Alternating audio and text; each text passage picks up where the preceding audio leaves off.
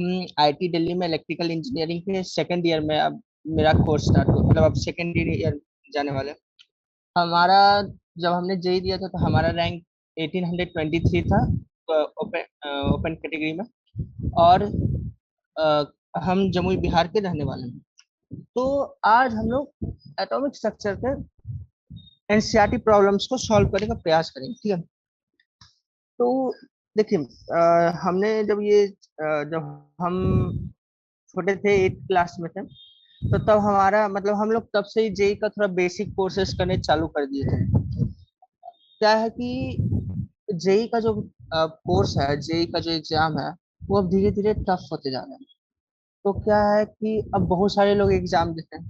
तो अब इसमें बहुत सारे लोग इस प्रकार के होते हैं जो बहुत पहले से ही एग्जाम मतलब एग्जाम के लिए प्रिपरेशन चालू कर देते हैं। मतलब होते हैं, अब साउथ में आप जाइएगा तो वहां पे आपको ऐसे कई सारे स्कूल मिल जाएंगे जो बेसिक कोर्स करा रहे हैं जेई एडवांस के 6th क्लास से ही। बहुत लोग को 5th क्लास से ही जेई एडवांस का कोर्स चालू कर देते हैं, एकदम पागलों की तरह। मतलब बच्चों की जिंदगी एकदम नरक हो जाती है 5th क्लास से ही।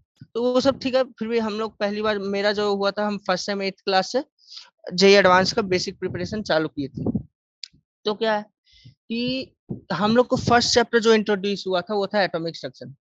एटॉमिक स्ट्रक्चर मतलब बहुत कंफ्यूजिंग हमें लगा था। ऐसा इसलिए क्योंकि सबसे पहले कि हम लोग का 9th और 10th का भी कुछ बेसिक क्लियर नहीं था, क्योंकि हम लोग पढ़ाई नहीं गया था। एट्थ में ही पढ़ाने चालू कर दिया गया था।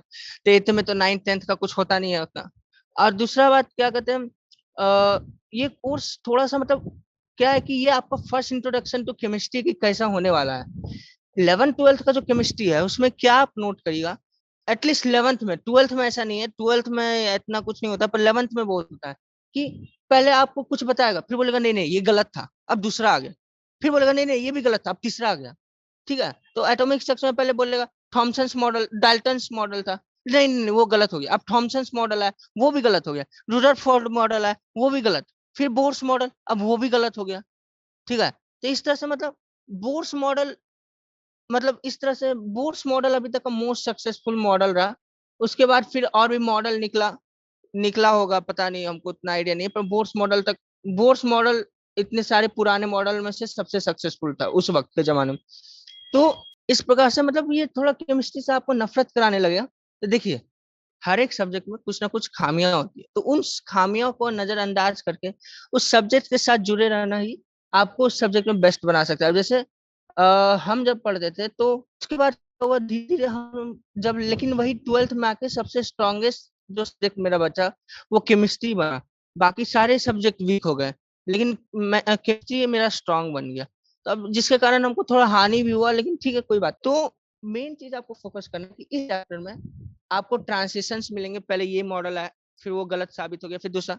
तो आपको घबराना नहीं, आराम से सब कुछ समझते हुए करना है, ठीक है। तो सबसे पहले इसमें एटॉमिक थ्योरी होता है। डाल्टन्स ने बताया कि मोस्ट स्मॉलेस्ट जो चीज है वो एटम है, अनडिविजिबल है, ये है वो है। वो अपना पोस्टुलेट दिया जो आप खुद एनसीईआरटी से पढ़ सकते हैं, ठीक है। उसके बाद फिर इलेक्ट्रॉन का डिस्कवरी कैसे हुआ। उसके बाद फिर क्या कहते हैं, जो जो कैथोड रेज थी उनकी प्रॉपर्टीज क्या थी।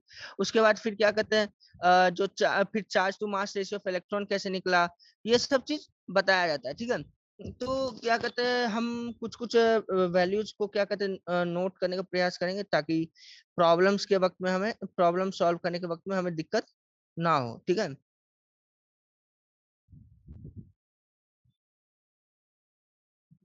ये charge by mass ratio of for electron, ठीक है। उसी तरह फिर चार्ज ऑन इलेक्ट्रॉन क्या था, मास ऑफ इलेक्ट्रॉन क्या था, ये सभी हमें धीरे धीरे पता चला, ठीक है।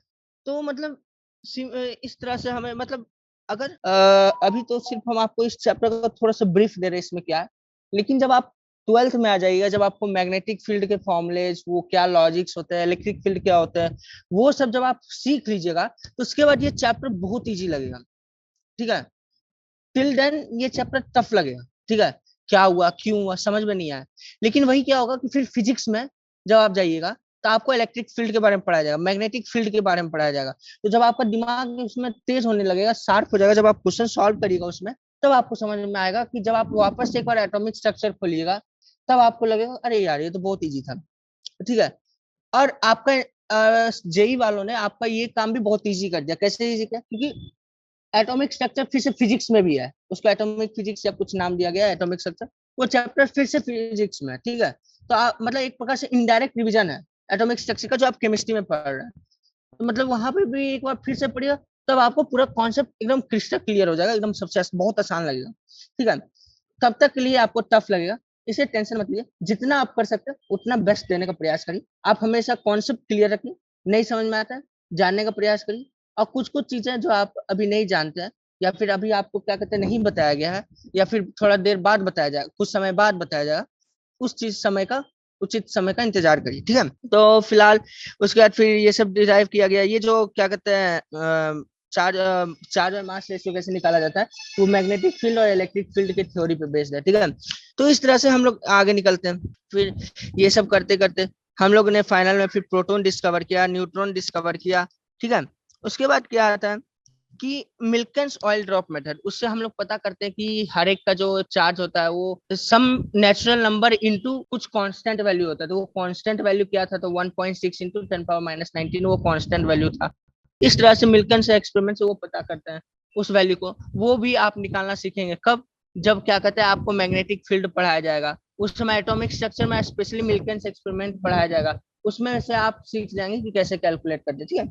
तो ये सब कुछ बेसिक थिंग थे। उसके बाद फिर एटॉमिक मॉडल्स निकाले गए अलग अलग। उसके बाद देखिए ये कुछ कांस्टेंट वैल्यू थे। देखिए आपको सारे कांस्टेंट वैल्यू याद करने होंगे, ठीक है। केमिस्ट्री का मेन रूल यही है कि कुछ कुछ जो वैल्यूज होते हैं वो याद करने होते हैं। देखिए इनऑर्गेनिक तो रटना है ही, ठीक है। अब ऑर्गेनिक भी थोड़ा सा रटना होगा, ऑर्गेनिक लॉजिकल रहता है पर उसमें भी रटना होता है, और फिजिकल में भी कुछ कुछ रटना पड़ेगा, ठीक है। तो अब क्या है तो अब इसमें इलेक्ट्रॉन का चार्ज का वैल्यू क्या है? तो अब देखिए इतना बड़ा वैल्यू रखने की जरूरत नहीं रहता है, 1.602 काफी है, ठीक है। इलेक्ट्रॉन का चार्ज क्या है? -1.602 इंटू 10⁻⁻19 कुलम, ठीक है। उसी तरह प्रोटॉन का चार्ज क्या है? 1.602 इंटू 10⁻⁻19 कुलम। दोनों का चार्ज सेम है, मैग्नीट्यूड सेम है, बस निगेटिव पॉजिटिव है, ठीक है। साइन अलग है, ठीक है। उसी तरह रिलेटिव चार्ज क्या? तो रिलेटिव चार्ज -1 + 1, मतलब वो -1.602 के रिस्पेक्ट में इलेक्ट्रॉन के प्रोटॉन के चार्ज के रिस्पेक्ट में रिलेटिव चार्ज आया, ठीक है। उसी तरह मास इन केजीज दिया है 9.109 इंटू 10⁻31, तो उतना याद करने की जरूरत नहीं। 9.11 इंटू 10⁻31 केजी काफी है, ठीक है। उसी तरह प्रोटॉन का 1.6, प्रोटॉन का आपको 3 डिजिट तक याद रखना होगा। 1.672 इंटू 10⁻27 केजी होता है प्रोटॉन का, और 1.675 इंटू 10⁻27 होता है किसका? न्यूट्रॉन का, ठीक है। इस तरह से हम लोग आराम से कर सकते हैं, ये सब सिंपल सा है, ठीक है।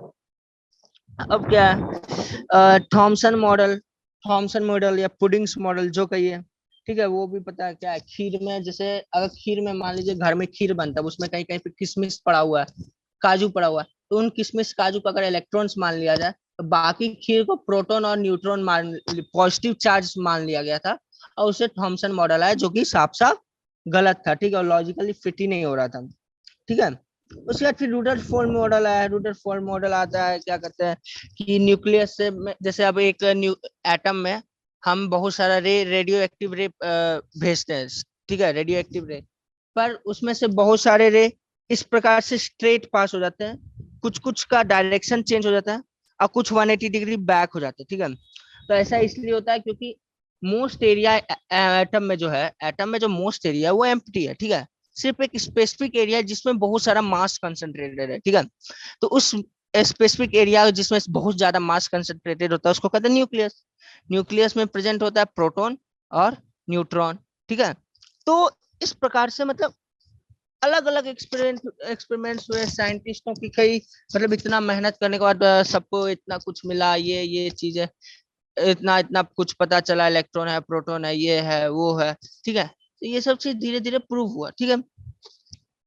और फिर उनको ये सब चीज पता चला, और फिर मतलब एक आदमी की एक छोटी सी प्यास ने कितनी चीज को खड़ा कर दिया वो आप जान सकते हैं। मतलब एक आदमी जानना चाह कि जब हम क्या कहते हैं बाल में कंघी को रगड़ते हैं, ठीक है, उसके बाद कागज को खींचते हैं, तो वो क्यों आता है, अट्रैक्ट क्यों होता है? तो मतलब वो आदमी की बस उस एक आदमी ने जानना चाहा कि क्यों ऐसा होता है।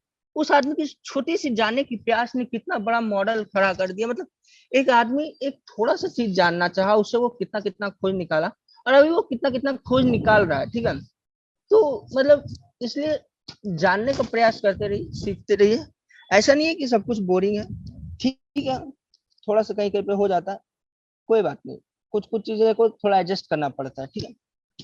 तो इस तरह से चाहते चाहते लोगों ने बहुत कुछ जान लिया, फिर उसे न्यूक्लियस का पता चला, फिर ये हुआ वो हुआ, इतने सारे एक्सपेरिमेंट करने के बाद फिर मतलब फिर फाइनल में रुदरफोर्ड ने दिया मॉडल, पर उनका मॉडल में एक ड्रॉबैक आ गया कि उनके अनुसार जो उनका मॉडल था उसमें ऐसा था कि जैसे यहाँ पे न्यूक्लियस है, यहाँ पे इलेक्ट्रॉन है, तो ये ऐसे रिवॉल्व कर रहा है। अब सिंस देखिए, अब एक सर्कुलर मोशन है, ठीक है, हर एक सर्कुलर मोशन में क्या होता है कि अगर आपका काइनेमेटिक्स का कॉन्सेप्ट अगर अभी हुआ है, थोड़े दिन पहले ही हुआ होगा मोस्टली, या फिर हो गया होना चाहिए, तो उसमें क्या हुआ था कि जैसे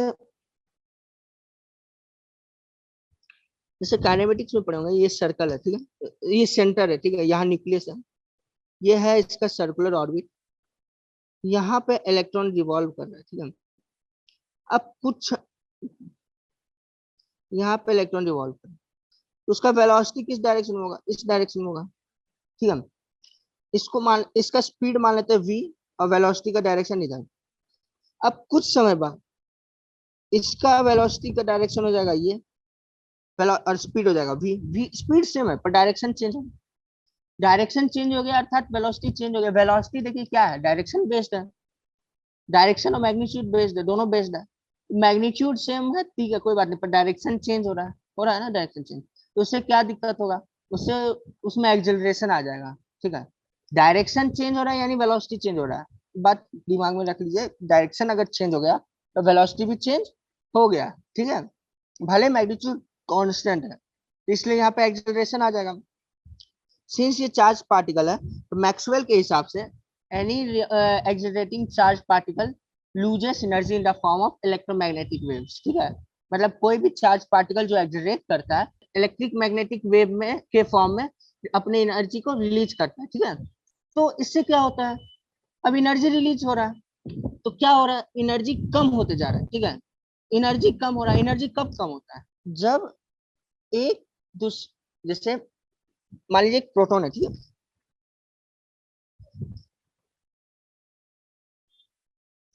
एक प्रोटॉन है, या फिर एक पॉजिटिव चार्ज है, एक नेगेटिव चार्ज है, ठीक है, ये दोनों क्या करेंगे, एक दूसरे को अट्रैक्ट करेंगे, ठीक है। जब कोई एक दूसरे को अट्रैक्ट करता है एनर्जी घटता है, ठीक है।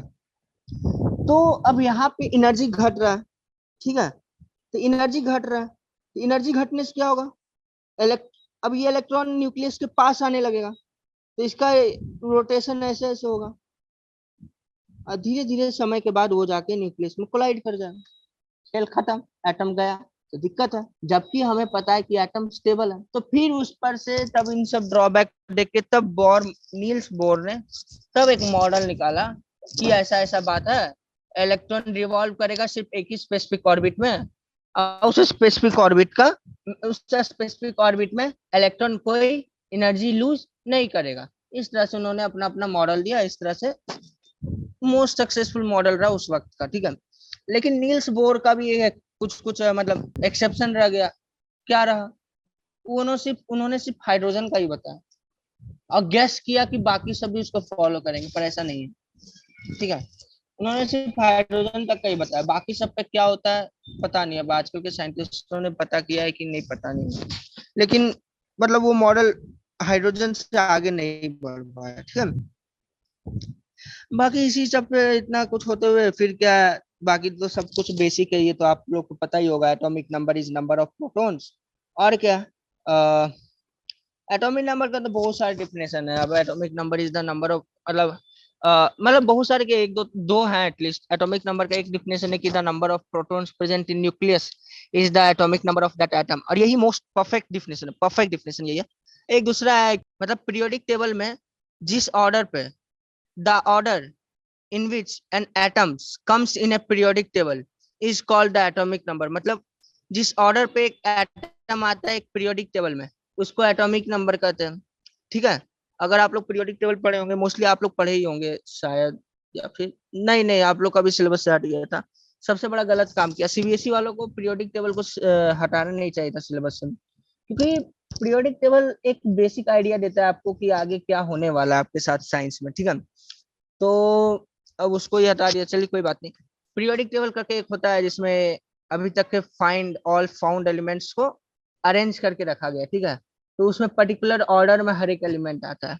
तो उस ऑर्डर में क्या कहते हैं, कौन से नंबर पे आ रहा है, उसी को वो एटॉमिक नंबर पे बेस्ड होता है। पीरियोडिक टेबल जो बनाया है वो एटॉमिक नंबर पे ही बेस्ड है, ठीक है।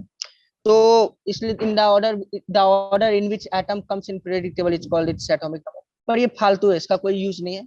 मोस्टली आपको बस इतना ही जानना है, the number of proton present in an atom is called atomic number, ठीक है।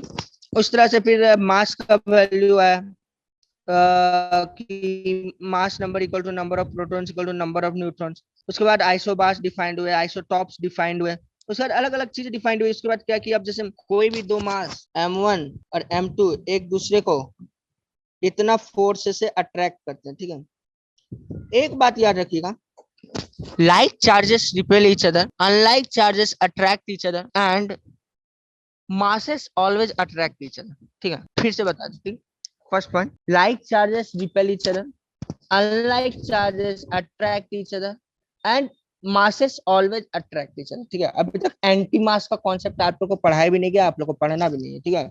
एंटी मास पता नहीं क्या होता, हमको भी नहीं आता, ठीक है। तो मतलब क्या है कि चार्ज का जो फॉर्मूला है, charge force between two charges, इसका फॉर्मूला ये है, ठीक है। तो उसमें क्या है कि अगर फोर्स निगेटिव आ रहा है, ठीक है, इसमें अगर फोर्स निगेटिव आ रहा है तो फोर्स अट्रैक्टिव है, पॉजिटिव आ रहा है तो फोर्स रिपल्सिव है, और मास वाले केस में अगर फोर्स पॉजिटिव आ रहा है तो फोर्स अट्रैक्टिव है। निगेटिव का तो केस उठता ही नहीं है क्योंकि मास हमेशा पॉजिटिव रहता है। मतलब अब कह दिया कि मास है तो फोर्स ऑलवेज अट्रैक्टिव होगा, ठीक है। इसमें कुछ करना नहीं जाए। एक और चीज है जो बहुत बड़ा दिक्कत बहुत लोग को, अगर मैं भी देता होगा या तो पता नहीं, फोर्स मॉडल का जो पॉइंट आप इसमें से पढ़ ही सकते हैं, हम दो चार पॉइंट बता देते हैं, बाकी कुछ जानने को उससे एनसीईआरटी से भी आप पढ़ सकते हैं, ठीक है। तो न्यूक्लियस के अक्रॉस में इलेक्ट्रॉन घूमता है, ठीक है। तो इलेक्ट्रॉन उसी ऑर्बिट में घूमता है जिसमें उसका angular momentum equal to n times h है, ठीक है, NH/2 पाई। n यहाँ पे नेचुरल नंबर है और h/2 पाई कुछ वैल्यू है, ठीक है। मतलब इलेक्ट्रॉन उसी ऑर्बिट में घूमता है जिसमें इसका angular momentum is some natural number into h/2 pi, ठीक है। मे भी आपको ये नहीं समझ में आए, कोई बात नहीं, एंगुलर मोमेंटम का कोई फॉर्मूला बस इतना रट लीजिए, बाकी आगे आगे आप जानने लगिएगा, ठीक है। दूसरा, सिंस ये सर्कुलर मोशन में रोटेट कर रहा है तो इधर सेंट्रीपेटल फोर्स लगता होगा, ठीक है। साथ में इस पे इधर सेंट्रीफ्यूगल फोर्स होगा और सेंट्रीपेटल फोर्स यहाँ पे होगा। तो सेंट्रीपेटल फोर्स यहाँ पे क्या होगा आपको पता है, सेंट्रीपेटल फोर्स यहाँ पे होगा force between positive and negative charge, ठीक है। तो यहाँ पे न्यूक्लियस का चार्ज क्या होगा, न्यूक्लियस में मेन चार्ज क्या रहता है, प्रोटॉन होता है। प्रोटॉन का नंबर कितना होता है, एटॉमिक नंबर के बराबर होता है, इसलिए प्रोटॉन का चार्ज होगा Z। अब दो चार्ज के बीच का फॉर्मूला को हमने ये जाना, F इक्वल टू KQ1Q2/R², ठीक है। तो के जेड इंटू ई, यहाँ माइनस ई होना चाहिए, ठीक है, क्योंकि निगेटिव चार्ज के साथ डील कर रहे हैं। पर यहाँ डायरेक्शन बेस्ड सब कुछ हो चुका तो उतना लफड़ा करने की जरूरत नहीं, ठीक है। KZ²R², या फिर मे भी अगर आपको कंफ्यूजन अभी लगा टेंशन मत लीजिए, सब समझ में आएगा। अभी क्या करते हैं आप लोग का, ये बेसिक अभी चालू ही हुआ है, तो आप 12th में जब जाइएगा ना तो आपको समझ में आने लगेगा क्यों ऐसा किया, ठीक है। फिलहाल इतना नहीं। अब KZ²R² इक्वल टू, अब सेंट्रीफ्यूगल फोर्स का फॉर्मूला क्या होता है वो शायद आपको ना पता हो, ठीक। सेंट्रीफ्यूगल फोर्स का फॉर्मूला होता है ये, ठीक है। तो ये सब कुछ रिलेशन है, रट लीजिए। ये दो छोटा चीज को रटिएगा ना तो आपको बहुत कुछ रटने का जरूरत नहीं पड़ेगा, ठीक है। ये छोटा चीज रटना पड़ता है, ठीक है। अब इससे क्या होगा, अब इससे रिलेशन आ गया कि KZ² इक्वल टू mv²r, ठीक है। एक तो ये आया ऊपर से इससे, और एक ऊपर में पहले से निकाल के रखे mvr इक्वल टू NH/2 पाई, ठीक है। अब इस दो रिलेशन को यूज करके आप कुछ भी निकाल सकते हैं, कुछ भी।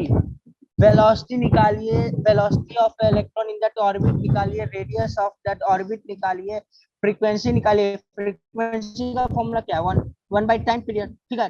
तब अब पहले टाइम पीरियड निकालना होगा, टाइम पीरियड क्या है, in how much time that electron completes one revolution. तो टाइम पीरियड का फॉर्मूला हो जाएगा T equal to 2 pi R. R पता है, रेडियस ऑफ ऑर्बिट भी पता है, वेलोसिटी ऑफ इलेक्ट्रॉन, सब कुछ निकल गया। Time period, frequency equal to 1/टाइम पीरियड, वो फ्रीक्वेंसी आ गया। अब आएगा आपसे कुछ, एंगुलर फ्रीक्वेंसी इक्वल टू होता है, एंगुलर फ्रीक्वेंसी यानी ओमेगा इक्वल टू f/2 पाई। ठीक है, या फिर इस तरह से भी याद कर सकते हैं, omega equal to 2 pi f, इस तरह से याद करके आप ओमेगा भी कैलकुलेट कर सकते हैं। ठीक है, उतना कुछ माथा पेची करने का नहीं था, सब कुछ आसानी से ही हो जाता। ठीक है, और बाकी सब आसानी है। ठीक है, मतलब ये दो रिलेशन आपको पूरा कुछ भी दे देगा, आपको जो भी चाहिए सब, मतलब जितना भी चीज मोस्टली जो कैलकुलेटेबल है दे देगा। ठीक है, पता चला कुछ मास से आपको पूछे कलर पूछ दे तो मतलब उस तरह नहीं होता है। तो मतलब मोस्टली जो भी चीज रिलेटेबल होगा वो आपको इससे पता चल जाएगा। ठीक है, एक और चीज बताते हैं, इलेक्ट्रॉन उसी ऑर्बिट में मूव करता है। ठीक है, इलेक्ट्रॉन उसी ऑर्बिट में रोटेट करता है जिसमें circumference of orbit equal to n into lambda, where lambda is wavelength of electron। तो इलेक्ट्रॉन उसी ऑर्बिट में मूव करता है जिसमें circumference of orbit equal to some natural number into la wavelength of electron। ठीक है, that natural number is the nth orbit। ठीक है, मान लीजिए अगर वहां पे n इक्वल टू 1 है तो फर्स्ट ऑर्बिट। ठीक है, यानी फर्स्ट ऑर्बिट में कैसा रहेगा, 2 pi R equal to n equal to 1 पे मुश्किल हो रहा है, 2 पे बना दे तब 1 पे आप कुछ समझ जाइए। ठीक है, तो ये वेव फॉर्म है। वेव फॉर्म असल में कैसा होता है, वेव ऐसा होता है। ठीक है, जब आप उसको सर्कल में, तो एक वेव में यहां तक,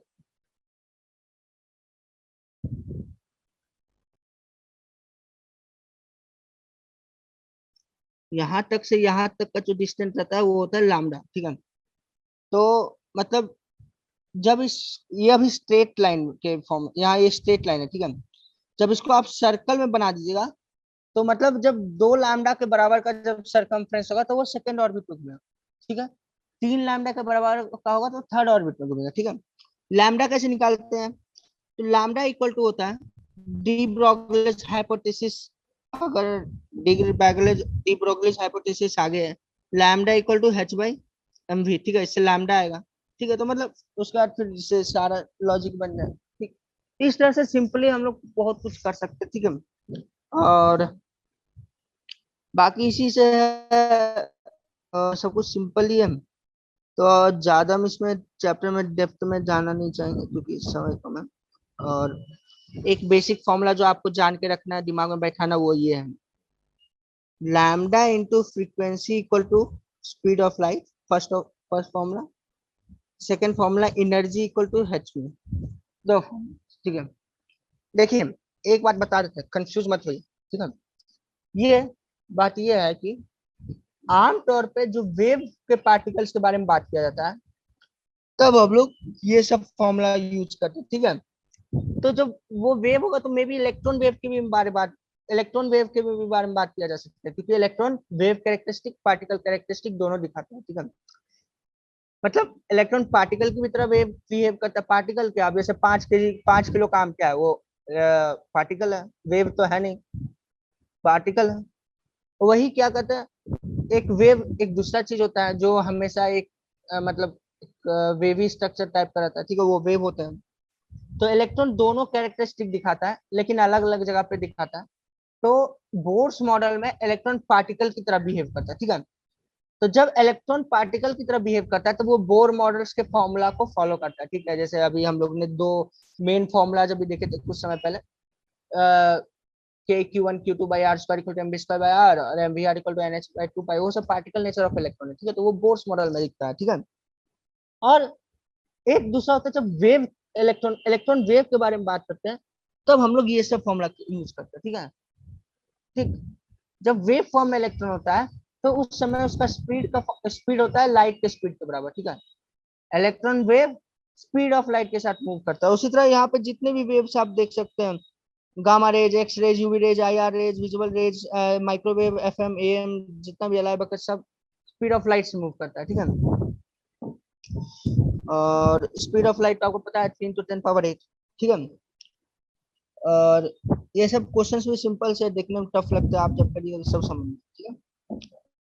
और इसके बाद एक है कि इलेक्ट्रॉन जब मान लीजिए कुछ ऑर्बिट ऊपर पे, ठीक है, बेसिक स्ट्रक्चर कुछ इस तरह से रहता है। अच्छा रुकिए यहीं पे दिखाते हैं एनसीईआरटी, देखिए ऐसा, ठीक है। ये जी n = 1, n = 2, n = 3, 4 इस तरह से फिर जब गिरता है तो कुछ रेंज में गिरता है। जैसे मान लीजिए n = 3 से n = 1 में आ रहा है, ठीक है, n = 1 पे आ रहा है, तो अलग अलग तरीका से आ सकता है। एक तो ऐसे ऐसे है, ठीक है, या तो डायरेक्टली आ जाए, या तोड़, इस तरह से तोड़ तोड़ के, इस तरह से अलग अलग तरीका से आ सकता है, ठीक है। तो इतना लाइंस पॉसिबल है, ठीक है। तो उसी से Lyman, Balmer, Paschen, lines, Brackett, Pfund, Humphrey, ये सब लाइंस के बारे में पढ़ाया गया, ठीक है। और उसका फॉर्मूला, तो फॉर्मूला रटने का जरूरत है नहीं, ठीक है, ऐसे रट ही लीजिए, ठीक है, लेकिन लॉजिकली है, ठीक है। जैसे पूछा कि फ्रीक्वेंसी क्या होगा, ठीक है, तो फ्रीक्वेंसी का हम लोग जब डिराइव करेंगे फॉर्मूला, क्या कहते हैं, वो जो दो मेन फॉर्मूला जाए तो उससे, क्योंकि ये वाला जो हाइड्रोजन एमिशन वाला फॉर्मूला है वो बोर्स मॉडल पे बेस्ड रहता है, ठीक है। तो बोर्स मॉडल के दो इक्वेशन से जो फ्रीक्वेंसी का फॉर्मूला आएगा, तो सिंपल, अभी एनर्जी पूछा है तो मतलब एनर्जी चेंज जो होगा उसी से फिर फ्रीक्वेंसी निकलेगा, ठीक है। तो इसमें कुछ उतना टफ हमको तो लगा नहीं, थ्योरी बेस्ड ही है, फॉर्मूला रटना पड़ सकता है, रट ही लीजिए, क्या कहिएगा। उसके बाद फिर यहाँ इन्होंने दे रखा है डेल्टा ई का फॉर्मूला क्या है, NH, उस तरह से सब कुछ इधर उधर से करने के बाद उसमें अब कुछ उतना है नहीं। बस ये है कि आपको ये सब वैल्यू रटना पड़ेगा, ठीक है। ये E1 = n/1/n²। RH रिडबक्स कांस्टेंट है, उसका वैल्यू -2.18 × 10⁻18। अभी हम लोग जो क्वेश्चंस करेंगे उसमें ये वैल्यू बार बार देखेंगे, ठीक है, हम पीछे आके बार बार देखेंगे, ताकि आप लोग को भी याद हो जाए, हमको भी याद हो जाए, ठीक है। और ये 2.18 × 10⁻18 जाउल्स में, उसके बाद फिर उसको इलेक्ट्रॉन वोल्ट में भी कन्वर्ट कर सकते हैं। जैसे 1 इलेक्ट्रॉन वोल्ट = 1.6 × 10⁻19 जाउल्स, ठीक है।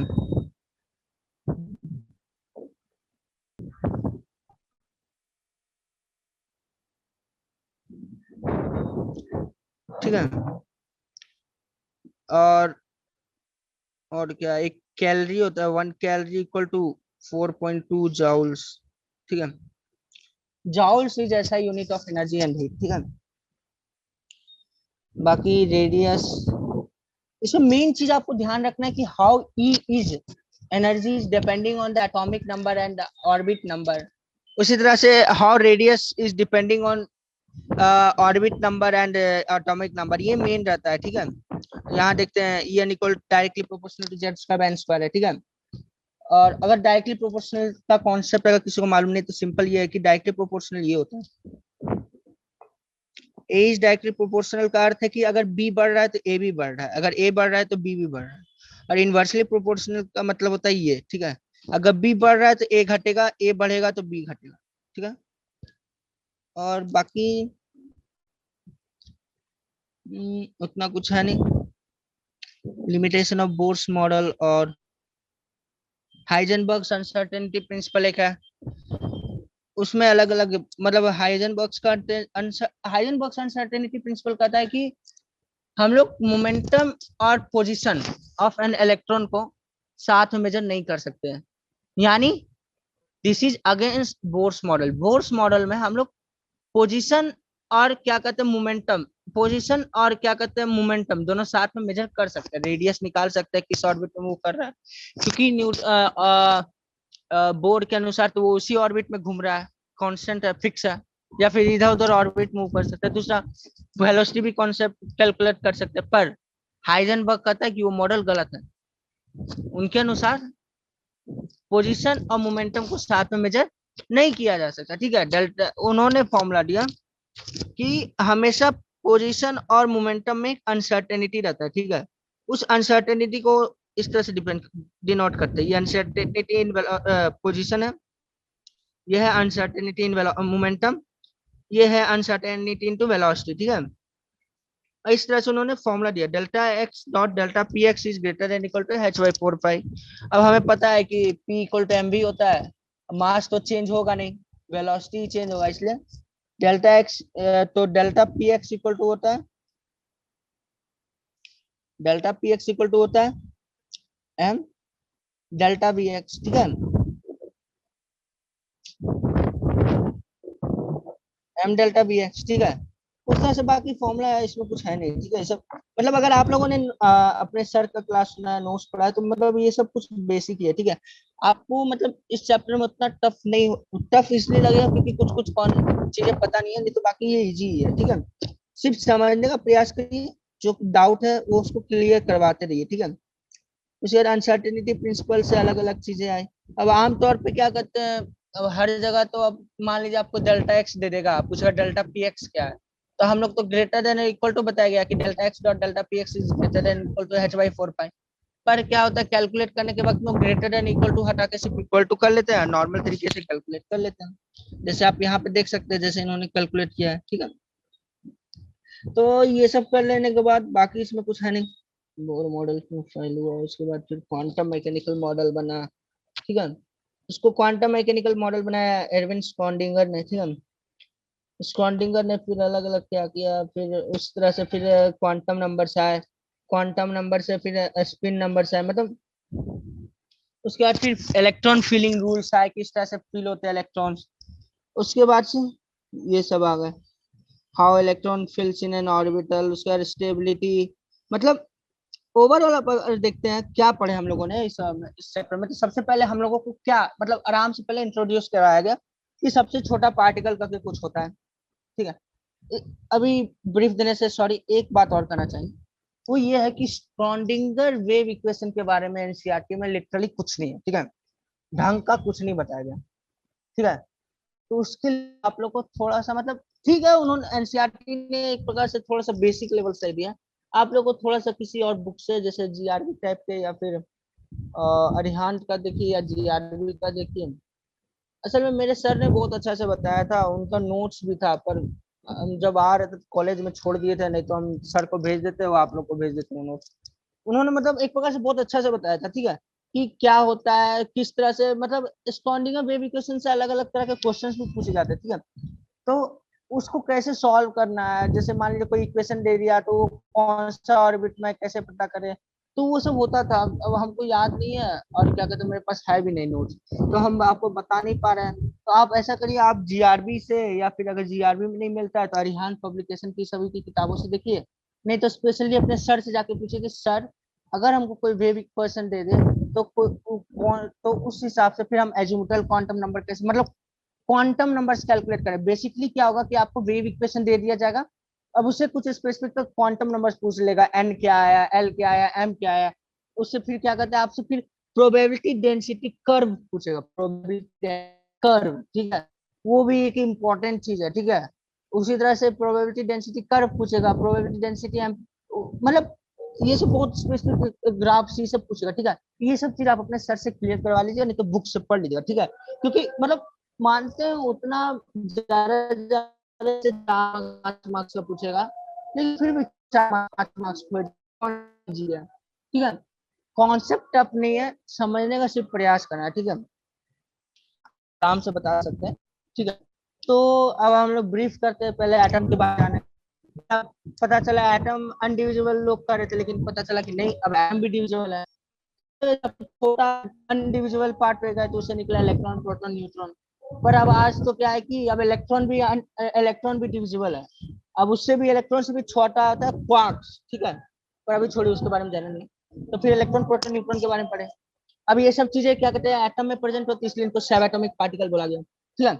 अब सब एटॉमिक पार्टिकल बोला गया। अब क्या है कि उसके बाद फिर हम लोगों ने पढ़ा कि हाउ दे आर अरेंज, मतलब हाउ दिस सब एटॉमिक पार्टिकल्स आर अरेंज, ठीक है।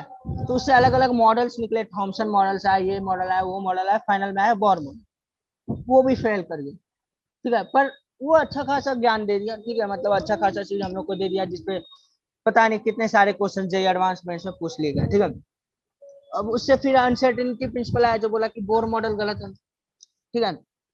उसके बाद फिर आया रूडर, उसके बाद फिर क्या कहते हैं उसका क्वांटम मॉडल निकाला गया, उसे क्वांटम नंबर बताया गया। क्वांटम नंबर हम आपको बताया नहीं है, थोड़ा फास्ट फास्ट में निकल रहा है, आगे जो क्वेश्चन आएंगे उसमें हम बता देंगे, ठीक है। उसके बाद क्वांटम मॉडल से फिर क्या कहते हैं स्क्रॉडिंगर वेव इक्वेशन आया कि how an electron behaves in an atom. उससे अलग अलग तरीके से फिर आप उसका N L M R S इस तरह के क्वांटम नंबर्स कैलकुलेट कर सकते हैं, जिसके बारे में आपको थोड़ा सा एक्स्ट्रा पढ़ना होगा, एनसीईआरटी में कुछ नहीं है उसके बारे में, लिटरली कुछ नहीं है, ठीक है। और क्या, और बाकी चैप्टर उतना कुछ टफ नहीं है, ठीक है, आराम से समझा जा सकता है। मोस्टली अगर आपको कुछ टफ लगेगा तो स्क्रॉडिंगर लग सकता है, पर टेंशन की कोई बात नहीं, थोड़ा सा फोकस देना होगा, ठीक है, उस पर थोड़ा सा ध्यान देना, आराम से समझने का प्रयास करना। मान लीजिए अभी नहीं समझ में आया, कोई बात नहीं, एक साल बाद फिर से प्रयास। क्यों हम एक साल बाद कर रहे हैं, इसलिए एक साल बाद कर रहे हैं क्योंकि उस टाइम आपको वेव्स क्या होते हैं, ये क्या होता है, वो क्या होता है, समझ में आएगा, ठीक है। और नहीं, अगर तभी नहीं समझ में आया तो देखिए आप लोगों को क्या करना है ना, एक प्रिपरेशन 3 फेज में होता है, ठीक है। कोई भी जेई का प्रिपरेशन 3 फेज में होता है। पहला तो फर्स्ट ईयर क्लियर कर लिए, सेकंड ईयर क्लियर कर लिए, उसके बाद क्या होता है एक फिर से तब हम लोग रिवाइज करते हैं, ठीक है, ओवरऑल क्या पढ़े रिवाइज करते हैं। तो सिंस हम लोग को मतलब जितना भी पढ़ाई किया जाता है, ठीक है, वो सारे चैप्टर ऑलमोस्ट बहुत सारे इंटरलिंक्ड होता है। तो उससे जैसे मान लीजिए अभी एटॉमिक स्ट्रक्चर पढ़े, अब हमको समझ में नहीं आया क्योंकि कैसे उन्होंने mass by charge by mass ratio निकाला, उन्होंने कह दिया कि मैग्नेटिक फील्ड और इलेक्ट्रिक फील्ड परपेंडिकुलर में रखे, ये किए वो किए, अलाना फलाना काम किया, ये हो गया, ठीक है, मतलब हम लोग ये सब पढ़े, ठीक है। और पर हमको समझ में नहीं आया कैसे इन्होंने किया। तो वो जब आगे आप electric field magnetic field complete कर लीजिएगा तब आपको समझ में आ जाएगा, ठीक है। तो मतलब इस तरह के जो कंफ्यूजन होते हैं आने वाले चैप्टर्स में आते आते सब कुछ क्लियर हो जाएंगे। तो जब वो सेकंड रिवीजन आप करिए, जब आप फर्स्ट रिवीजन करिएगा तब उसमें आपको सब कुछ क्लियर हो जाएगा, ठीक है। तो उसी टाइम जो आपका जो कॉन्सेप्ट क्लियर नहीं था, आप उस टाइम भी उस कॉन्सेप्ट को क्लियर कर सकते हैं, ठीक है। उसके बाद क्या है, फर्स्ट रिवीजन पूरा होने के बाद फिर आता है सेकंड रिवीजन। उस रिवीजन में आप जो जो पढ़े होते हैं सब कुछ रिवाइज करते हो, उस समय आपका कोई भी कॉन्सेप्ट अनक्लियर नहीं होना चाहिए, या मे भी छोटे मोटे हो तो कोई बात नहीं, छोटे मोटे तो क्लियर होते रहता है, ठीक है। मतलब देखिए अब डाउट तो हर क्षण आपको रहेगा, ठीक है। अगर आप सीरियसली प्रिपरेशन करें तो आपको हर समय डाउट आएगा, ठीक है। लेकिन ठीक है, तो डाउट तो उस समय भी सेकंड डिवीजन में भी रहेगा, लेकिन हाँ ऑलमोस्ट सारे कॉन्सेप्ट क्लियर होने चाहिए। या फिर अगर किसी कॉन्सेप्ट को आपने छोड़ा तो मोस्टली आपने जानबूझ के छोड़ा हो कि मुझे पढ़ना ही नहीं है, तो ऐसा मत करिए, ठीक है। आपको सारा कॉन्सेप्ट समझने का प्रयास करना चाहिए, ठीक है।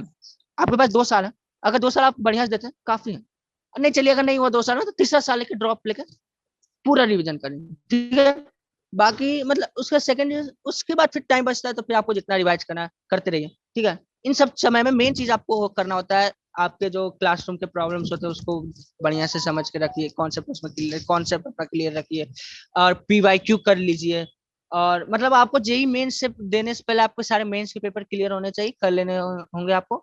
और जेई एडवांस देने से पहले आपको सारे एडवांस के पेपर करना। अब देखिए मेंस के तो बहुत सारे पेपर है तो मे भी करना संभव ना हो, पर एडवांस के एटलीस्ट सारे कर लीजिए, मेंस मोस्टली। और एडवांस के भी और मेंस के भी मोस्टली लास्ट 10 साल भी, लास्ट 10 अब तो 10 साल पहले ही चालू हुआ है, तो ठीक है, मतलब जितना भी आपसे हो सके करिए, ठीक है। और एक बात, अगर आपको लगता है कि इतना सारा पेपर हम कहाँ से करें, तो बुक्स पब्लिकेशन आती है जो चैप्टर वाइज आपको देती है paper, chapter wise previous year question देते, तो वो सब भी करिए। अब जैसे क्या है कि पहले 1978 में या फिर 1980 में, 1970s 80s के वक्त में या 90s के वक्त में लॉन्ग लॉन्ग क्वेश्चन देते थे।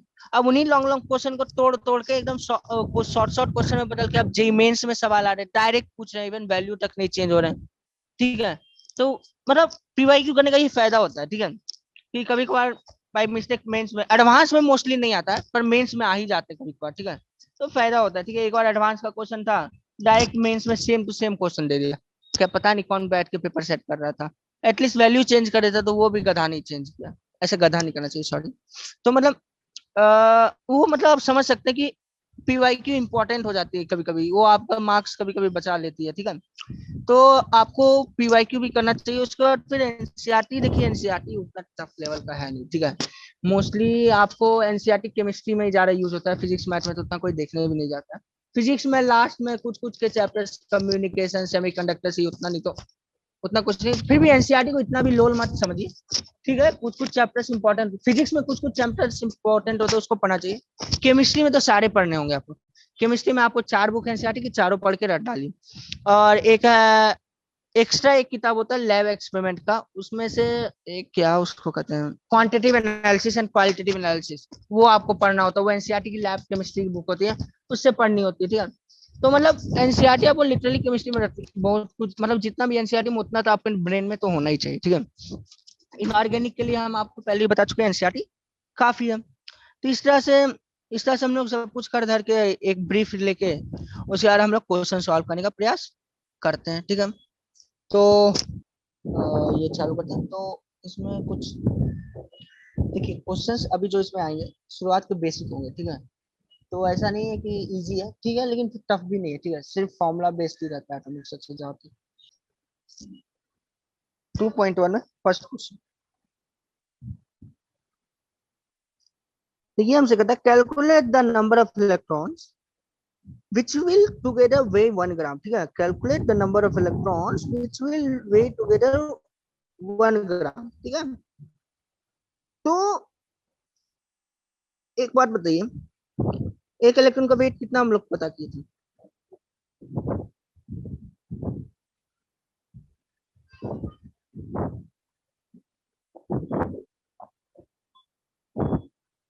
इतना हम लोग पता किए थे, ठीक है। 9.1 इंटू 10⁻⁻31 kg। अगर इसको हम ग्राम में बदल दे तो कितना आएगा?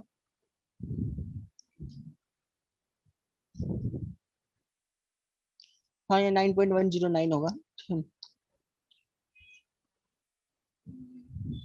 -28 ग्राम, ठीक है।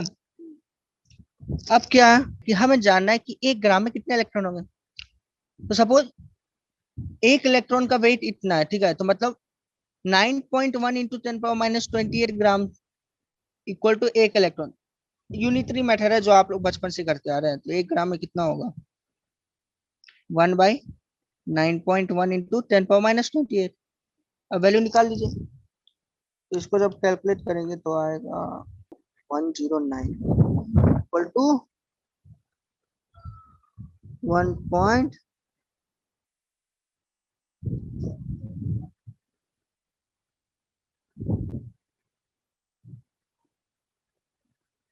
इतने इलेक्ट्रॉन्स होंगे, ठीक है।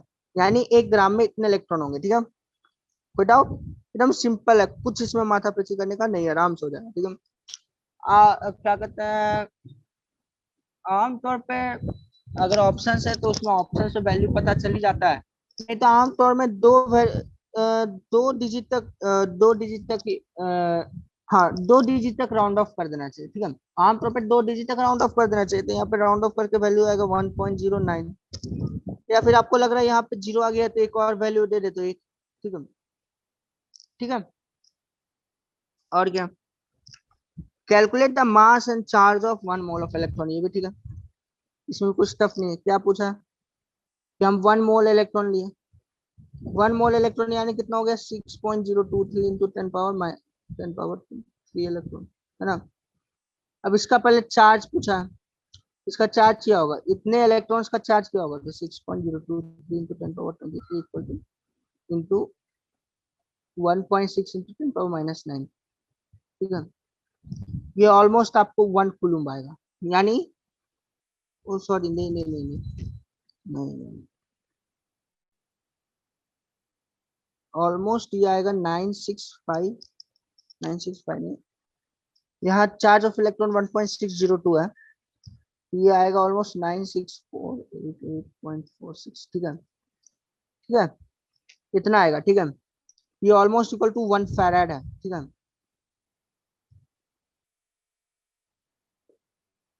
इतना कूलम चार्ज आएगा। कितना आएगा? 1 मोल ऑफ इलेक्ट्रॉन में कितना चार्ज होगा? 1 मोल इलेक्ट्रॉन का चार्ज होगा 96488.46 कूलम, इतना चार्ज है, ठीक है। और 1 फैराड इक्वल टू होता है 96500 कूलम। यानी ये ऑलमोस्ट 1 फैराड है, ठीक है। असल में 1 फैराड का डिफिनेशन ये है the charge of 1 mole of electron, ठीक है। लेकिन एनसीईआरटी में इन्होंने अप्रोक्सीमेट करके 96500 कर लिया था। 12th में आपको पता चलेगा, अभी दिक्कत, अभी उसमें कुछ सोचने की जरूरत नहीं है। पर मतलब 1 मोल का इतना वैल्यू होता है, ठीक है। बस इतना जानना है, ठीक है। और 1 मोल ऑफ इलेक्ट्रॉन का मास भी पूछा, वो भी सिंपल है। 6.023 इंटू 10 पावर 23 इलेक्ट्रॉन का मास कितना होगा? इसका मास कितना था? 9.11 केजीस। तो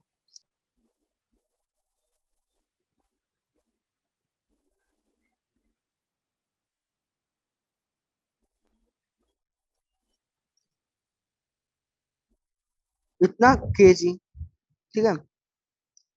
और आप इसको चाहे तो ग्राम में भी लिख सकते हैं, पर हाँ, जब आपको कोई वैल्यू पूछे, मास या कुछ भी पूछे, और उसका यूनिट ना दिया हो कि किस यूनिट में चाहिए, तो आपको आमतौर पर ऐसा यूनिट नहीं देना चाहिए, ठीक है। तो मास का ऐसा यूनिट है केजी, तो ऐसा केजी में, ठीक है? तो सिंपल था, कुछ खास नहीं था, हमको नहीं लगता इतना टफ आप लोग को लगा होगा।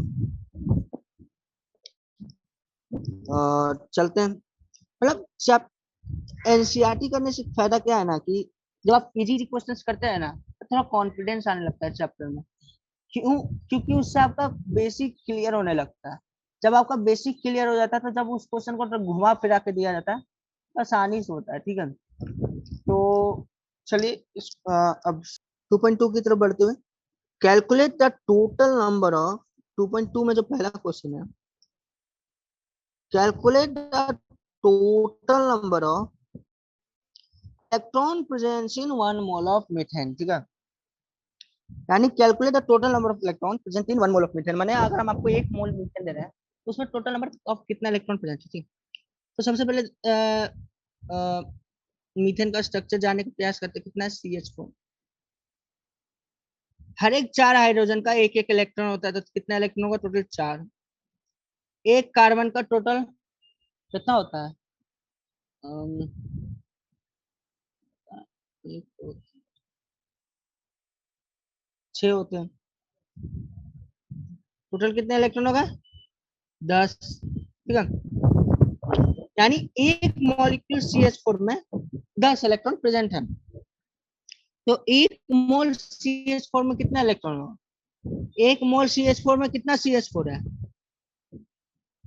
6.02, 3 into 10 to the power 23 moles, 10 to the power 23 CH4 है। तो इलेक्ट्रॉन का नंबर कितना होगा? अगर एक CH4 में 10 इलेक्ट्रॉन है, एक मोल CH4 में कितना इलेक्ट्रॉन होगा? 6.023 इंटू 10 पावर 24 इलेक्ट्रॉन होगा, ठीक है। सिंपल है। एक CH4 में 10 इलेक्ट्रॉन था, कैसे?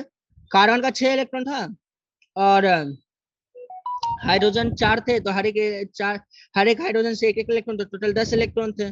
उससे number of electron present in 1 मोल कितना होगा? एक मॉलिक्यूल CH4 में 10 इलेक्ट्रॉन थे, एक मोल में 6.022 into 10 power 6.023 into 10 to the power 24 electron. Simple है, ठीक है। अब हम लोग जानने का प्रयास करते हैं, अगला सवाल क्या है कि find the total number and total mass of, अब सेकंड क्वेश्चन करते हैं, ठीक है। Find the total number and total mass of neutrons in 7 milligram of 14 carbon, ठीक है। तो सबसे पहले हम नंबर ऑफ मोल्स निकालते हैं, कितना number of moles of carbon है। तो number of moles of carbon,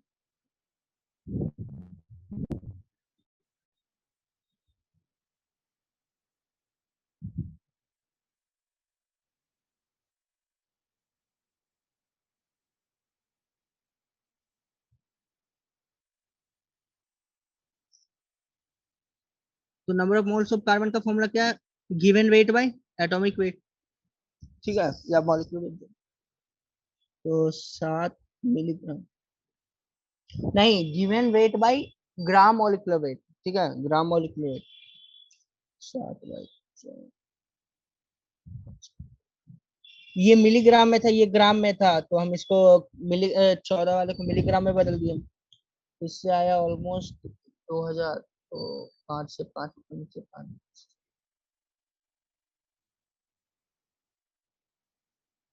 moles कितना मोल्स है, ठीक है।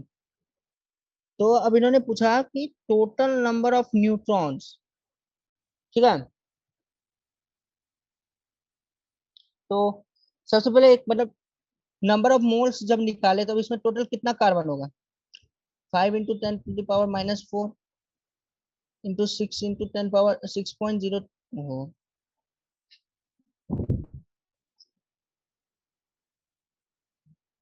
इतना मोल्स है, ठीक है। तो टोटल नंबर ऑफ कार्बन कितना होगा?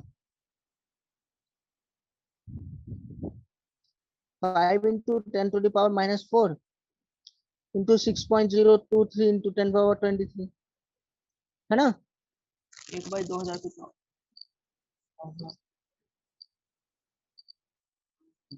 हाँ, ठीक है। इतना टोटल नंबर ऑफ कार्बन होगा, ठीक है। इसको मल्टीप्लाई कर देते हैं।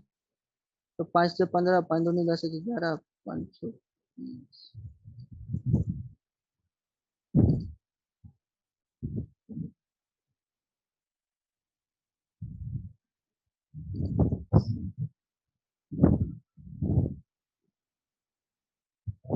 ठीक है, कितना आएगा?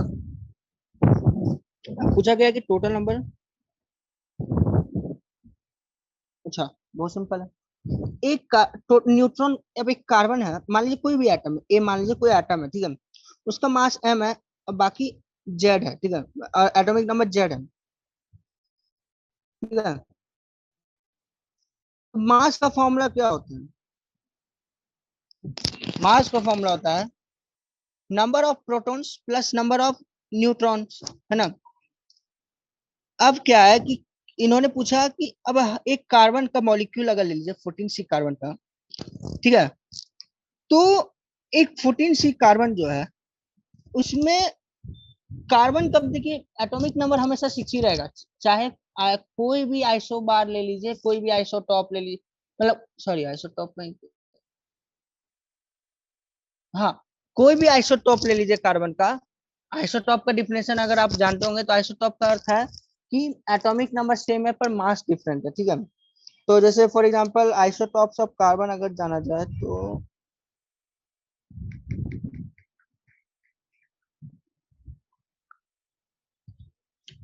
कार्बन के 3 आइसोटॉप्स होते हैं, ठीक है। C12, C13, C14, ठीक है। तो कोई भी आइसोटॉप्स ऑफ कार्बन रहे तो उसका एटॉमिक नंबर 6 ही रहेगा, ठीक है। तो अब यहाँ 14 इसका मास है, तो और इसका एटॉमिक नंबर 6 है। इसमें न्यूट्रॉन कितना होगा? Neutron is equal to mass minus number of proton. तो number of neutron equal to 14 minus 6 equal to 8। यानी हर एक atom of 14C, in every atom of 14C there are almost there are 8 neutrons. There are 8 neutrons in every atom of 14 carbon 14C, ठीक है। तो अब क्या है कि जब हमें पता चला कि हर एक एटम में 8 न्यूट्रॉन्स है, तो यहाँ पे टोटल कितने कार्बन एटम्स हैं? 3.0115 इंटू 10⁻23 20। तो उसमें कितने नंबर ऑफ न्यूट्रॉन्स होंगे? नंबर ऑफ न्यूट्रॉन्स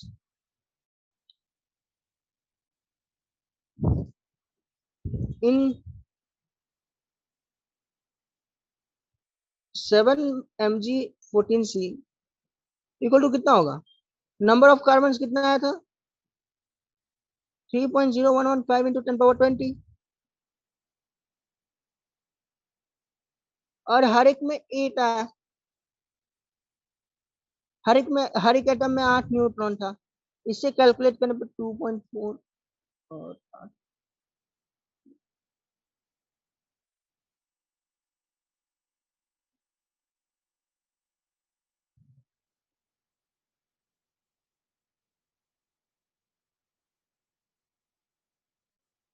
बस इतना ही। यानी इतने न्यूट्रॉन्स प्रेजेंट है 7 mg कार्बन में, ठीक है। अब क्या है, हमें चाहिए अब इनका वेट। तो हर एक न्यूट्रॉन का वेट होता है 1.675 इंटू 10⁻⁻27। बस मल्टीप्लाई कर दीजिए। तो टोटल वेट ऑफ न्यूट्रॉन्स कितना होगा या टोटल मास?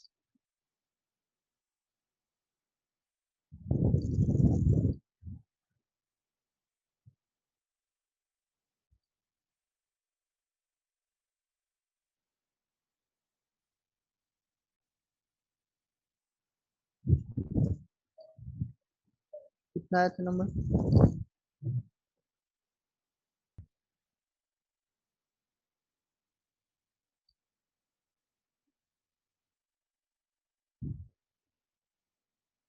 अब इन दोनों वैल्यू को मल्टीप्लाई करना होगा।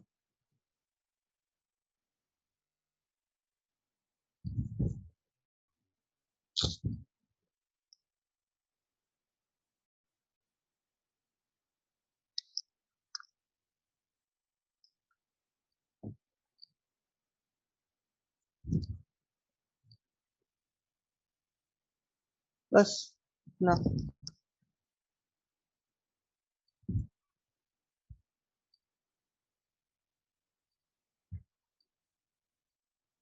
ठीक है, ये फाइनल आंसर है। ठीक है, तो मतलब इतने सारे न्यूट्रॉन का बस इतना सा ही वेट है। ठीक है, तो कितना न्यूट्रॉन आया था हमें? 2.4092 इंटू 10 पावर 21 न्यूट्रॉन आया, जिनका वेट 4.035 इंटू 10 पावर -6 केजी है। ठीक है, सिंपल वे में हो गया। अब क्या है? Find the total number and total mass of proton in 34 milligram of NH3 at ST। तो एक NH3 है, उसमें कितने प्रोटॉन्स होंगे? N में कितने प्रोटॉन्स हैं? 7। H में कितने हैं? 3। टोटल कितने प्रोटॉन, मतलब हर एक H में एक होता है, टोटल 3 H है तो टोटल 3। तो इसमें टोटल कितने प्रोटॉन्स है? 10 प्रोटॉन्स। ठीक है, अब 34 मिलीग्राम ऑफ NH3 बोला है, तो हम लोग मोल्स ऑफ NH3 निकालते हैं। तो 34 mg/17,000 ग्राम 1000 mg। तो कैलकुलेट जब करेंगे तो आ जाएगा 2 × 10 पावर -3 मोल्स। तो number of molecules of NH3 कितने होंगे? समझ में आ रहा है ना? सब कुछ इजी है, बस हम अभी सिर्फ number of molecules of NH3 निकाल रहे हैं in 33 grams of, in 34 grams of ammonia.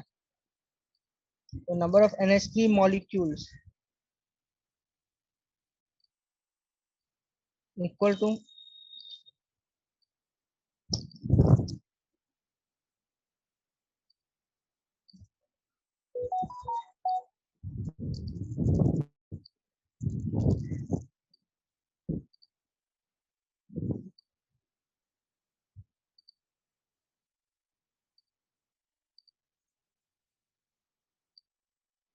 इतना नंबर ऑफ NH3 मॉलिक्यूल्स है।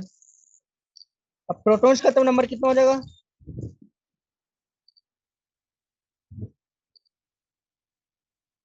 बस 10 से मल्टीप्लाई कर दीजिए, क्योंकि हर एक मॉलिक्यूल में 10 प्रोटॉन्स है, तो टोटल गिवन मॉलिक्यूल्स में 10 पावर 22 प्रोटॉन्स होगा। ठीक है, सिंपल है, बस मल्टीप्लिकेशन डिवीजन यही सब हो रहा है। अब क्या, मास ऑफ हर एक प्रोटॉन का पूछा है,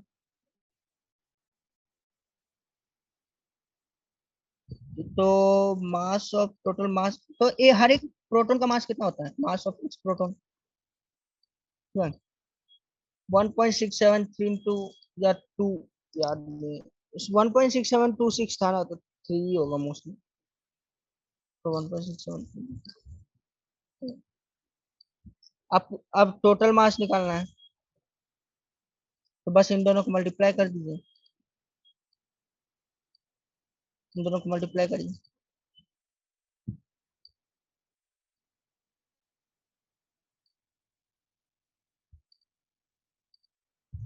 सब काम आपको बिना कैलकुलेटर के करना है।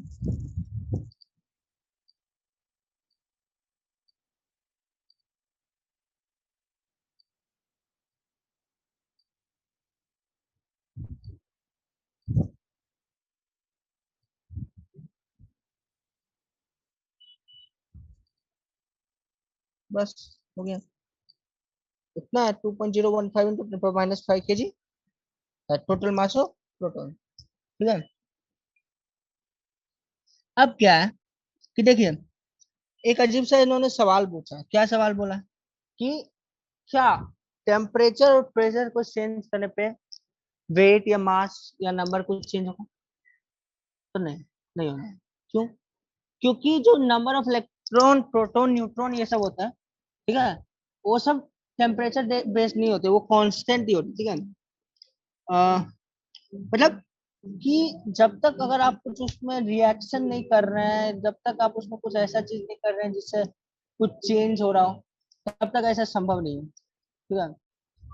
और ओवर एक रिएक्शन में भी overall number of neutrons protons या क्या कहते, total number of neutrons protons and electrons remain same, ठीक है, कहीं नहीं जाने वाले, वो ओवरऑल सेम ही रहता है, ठीक है। हाँ, मे भी हो सकता है कि पर्टिकुलर मॉलिक्यूल में नंबर ऑफ इलेक्ट्रॉन्स कम हो जाए, पर तो हम लोग को टोटल मास आ गया। हाँ, तो क्या प्रेशर टेम्परेचर चेंज करेगा? नहीं, टेम्परेचर प्रेशर पे चेंज नहीं होने वाला। रिएक्शन में भी total number of proton neutron electron same ही रहता है, सिर्फ पर्टिकुलर मॉलिक्यूल पर से चेंज हो सकता है, ठीक है। बाकी मतलब आमतौर पे कभी भी इलेक्ट्रॉन प्रोटॉन न्यूट्रॉन का नंबर टेम्परेचर प्रेशर पे डिपेंडेंट नहीं होता है, ठीक है, कभी भी डिपेंडेंट नहीं होता है। Number of electron proton neutron doesn't depend on temperature and pressure, ठीक है। अब ऐसा थोड़ी है कि मान लीजिए नाइट्रोजन है, अब उसको खूब दबाते चले गए दबाते चले गए दबाते चले गए, एकदम खूब प्रेशर अप्लाई कर जब नाइट्रोजन कार्बन बन जाए, ऐसा कहीं होता है? नहीं होता है। नाइट्रोजन नाइट्रोजन ही रहेगा, उसमें आप कितना भी प्रेशर लगाइए, उसको कितना भी मारिए पीटिए ठोकिए, उसको कितना टेम्परेचर, उसको एकदम हीट कर दीजिए, एकदम दौड़ाइए खूब, उसके इलेक्ट्रॉन को खूब काइनेटिक एनर्जी दीजिए, तभी वो न्यूट्रॉन ही रहेगा, सॉरी तभी वो नाइट्रोजन ही रहेगा, ठीक है। चाहे कितना भी काइनेटिक एनर्जी दे दीजिए, नाइट्रोजन नाइट्रोजन ही रहता। हाँ, कुछ केसेस होता है कि जैसे रेडियो एक्टिविटी कहते हैं उसको, उसमें क्या होता है कि स्प्लिट हो जाता है, ठीक है, उसको कहते हैं स्प्लिटिंग हो जाता है। उसको कहते हैं क्या है, उसका एग्जैक्ट नाम बोल रहे, एमिशन होता है, और वो क्या कहते हैं पता नहीं, एग्जैक्ट नाम हमको याद नहीं है, ठीक है।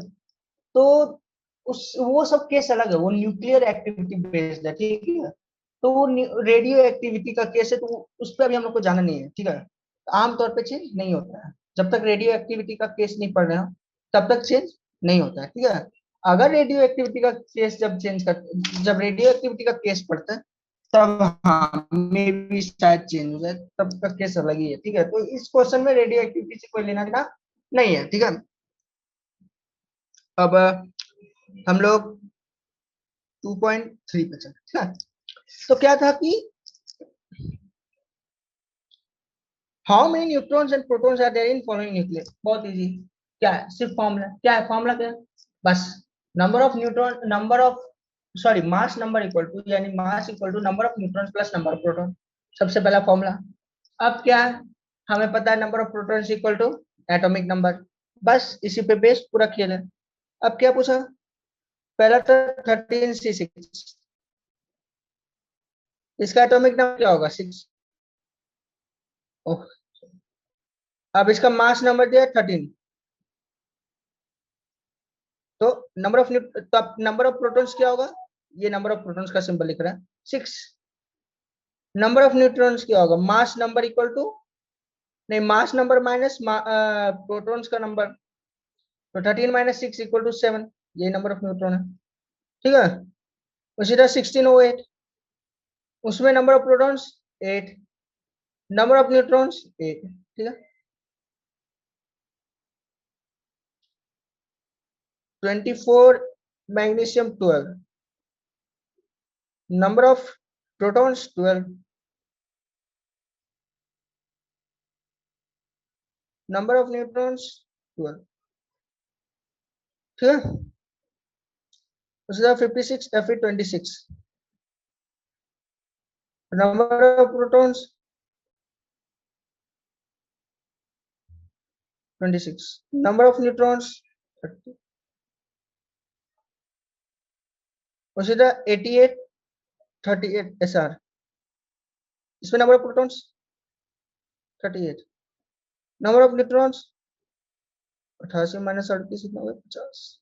मतलब एक चीज आप नोटिस किया, छोटा छोटा जो एटम था उसमें almost number of protons and number of electrons were same, मतलब जब छोटा छोटा एलिमेंट्स, जब ऑलमोस्ट 30 तक या 20 तक के एलिमेंट्स के बारे में बात करते हैं, तो उसमें प्रोटॉन का नंबर और इलेक्ट्रॉन का नंबर ऑलमोस्ट, सॉरी, प्रोटॉन का नंबर और न्यूट्रॉन का नंबर ऑलमोस्ट सेम होता है, ठीक है, ऑलमोस्ट सेम होता है, ये +1 - 1 का डिफरेंस है।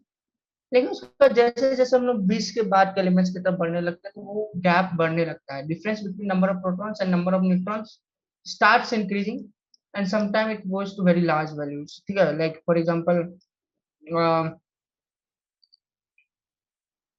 उसका एग्जैक्ट आइडिया नहीं, पर हाँ 20 तक के डिफरेंस तक शायद आ सकता है हमको, ऐसे 12 का डिफरेंस तो अभी आपके सामने ही है, अब मे बी 20 या 25 जा ही सकता है, क्योंकि नहीं 25 जगह पर, हाँ 20 तक शायद जा सकता है, क्योंकि ये बड़ा लेंस है, ठीक है। तो इस तरह से हो गया। अब इस पे चलते हैं, right the complete symbol of for the atom with the given atomic number Z and atomic mass. बहुत आसान है,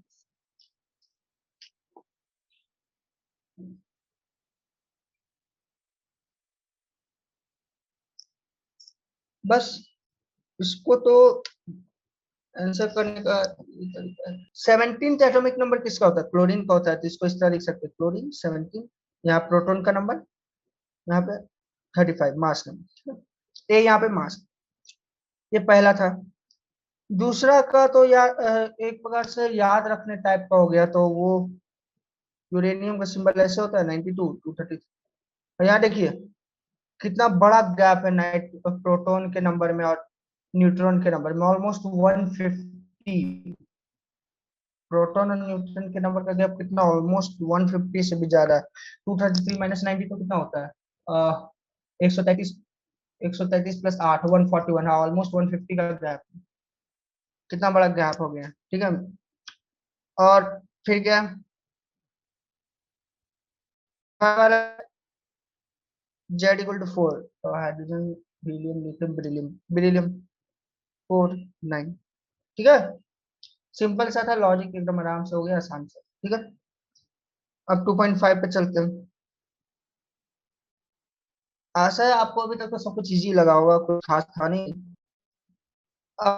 वेव के क्वेश्चन को करने वाले, तो वेव का एक दो मेन फॉर्मूला आपको जो जान लेना चाहिए वो ये है, mu lambda equal to C, और energy equal to H C by lambda equal to H मी। एक और बात, असल में क्या है कि mu equal to frequency of wave and lambda equal to wavelength of wave. असल में क्या होता है कि फ्रीक्वेंसी एंड लैम्डा का जो प्रोडक्ट होता है वो स्पीड ऑफ वेव होता है, ठीक है। और हम लोग अभी जिन वेव के साथ डील कर रहे हैं उनका स्पीड लाइट के बराबर ही है, ठीक है। इसलिए हम लोग directly mu lambda equal to C कर लेते हैं, पर जब आप फिजिक्स में पढ़िएगा तो वहां पढ़ेगा mu lambda equal to wave velocity, ठीक है। तो फिलहाल यहाँ पे करते हैं, yellow light emitted from a sodium lamp has a wavelength of इतना, calculate the frequency and wave number of yellow light, ठीक है। फ्रीक्वेंसी का फॉर्मूला क्या आया? Mu equal to C by lambda, तो 3 × 10⁸ इसी है, और 580, इसको ऐसा यूनिट में बदल दीजिए तो 10⁻⁻, तो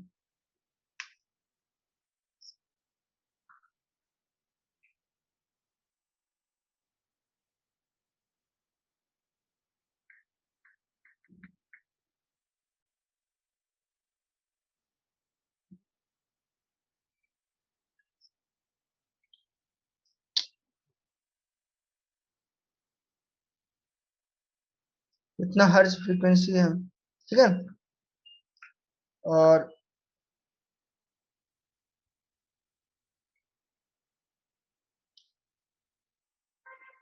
वेव नंबर का फॉर्मूला क्या है? 1/λ, ठीक है। वेव नंबर भी निकाल लेते, बस कुछ नहीं करना है इसमें।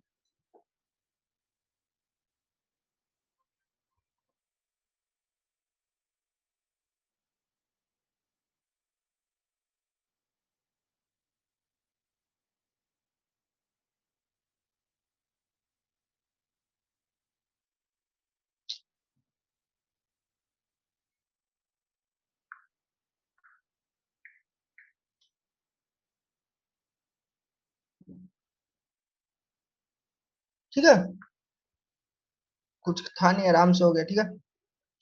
अब यूनिट इसका मीटर। अब चलते हैं अपने अगले क्वेश्चन की ओर। Find energy of each of photon which correspond to light of frequency इतना and have wavelength of 50.50 ampere. एक उस क्वेश्चन में एक थोड़ा सा प्रिंटिंग मिस्टेक है। प्रिंटिंग मिस्टेक ये है कि क्वेश्चन है 2.61, फ्रीक्वेंसी यहाँ पे होना चाहिए था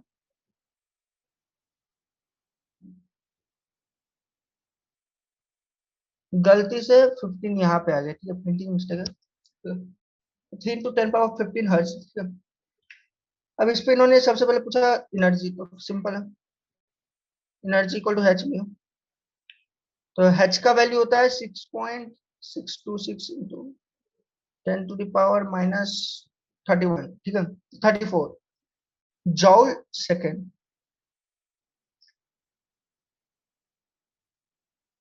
फ्रीक्वेंसी है 3 × 10, बस।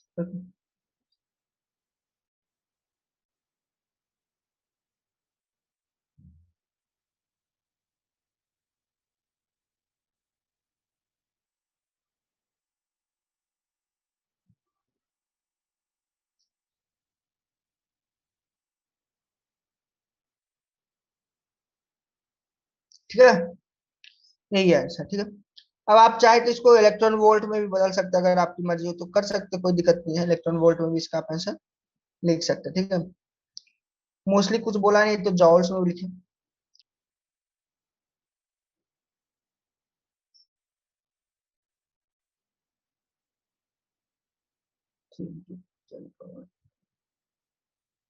गंदी हैंडराइटिंग मुझे क्षमा करेगा, थोड़ा सा टैब पर लिखने में बहुत दिक्कत होता है, छोटा सा टैब है तो इसलिए।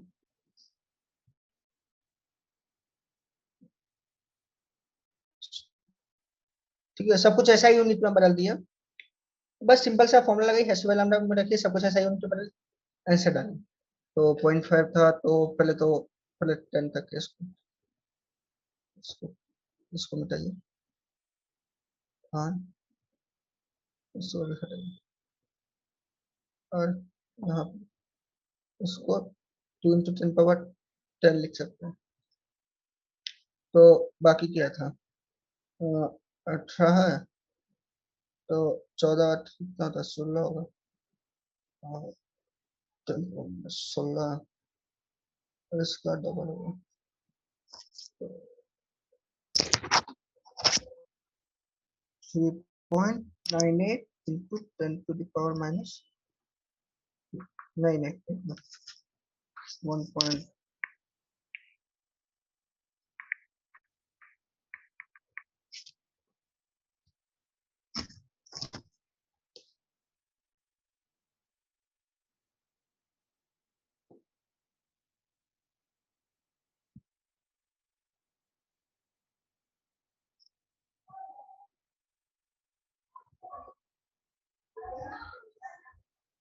बस इतना ही सही। ठीक है, अब 2.7 करते हैं।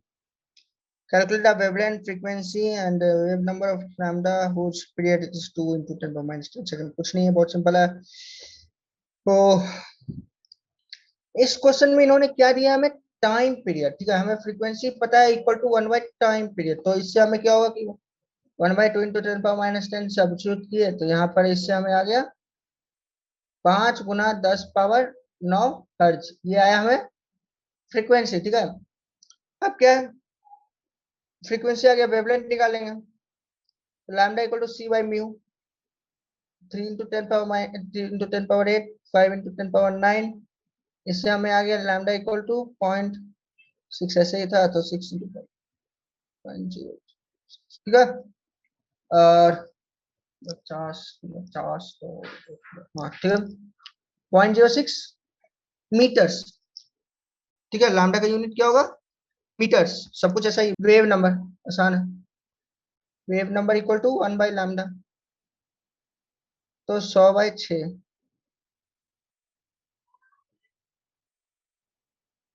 तो ऑलमोस्ट 16.6। ठीक है, कोई डाउट, सिंपल सा था, आराम से हो गया। अब 2.9 2.8 number of photons of light with a wavelength of 4000 per meter picometer provided that provide 1 joule of energy। ठीक है, मतलब कि अगर हम आपको फोटोन्स दे रहे हैं, ठीक है, हर एक फोटोन्स का 4000 पीएम पिकोमीटर वेवलेंथ है, तो उसमें कितना हम लोग फोटोन यूज करें जिससे हमें 1 जॉल एनर्जी प्राप्त हो। ठीक है, उसके लिए क्या करना होगा, पहले हर एक फोटोन का फॉर्मूला निकालिए। तो फोटोन यहाँ पे वेव नेचर में है, तो E equal to H C by lambda. तो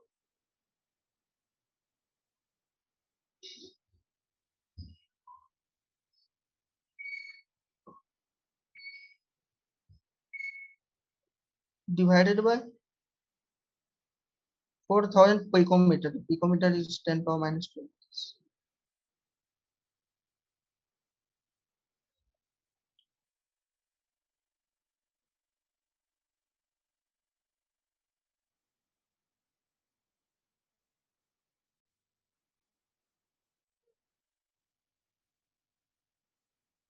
हर एक प्रोटॉन का एनर्जी इतना है, ठीक है, जाउल्स। और हमें 1 जाउल चाहिए, 1 जाउल के लिए नंबर ऑफ फोटॉन्स कितना होगा,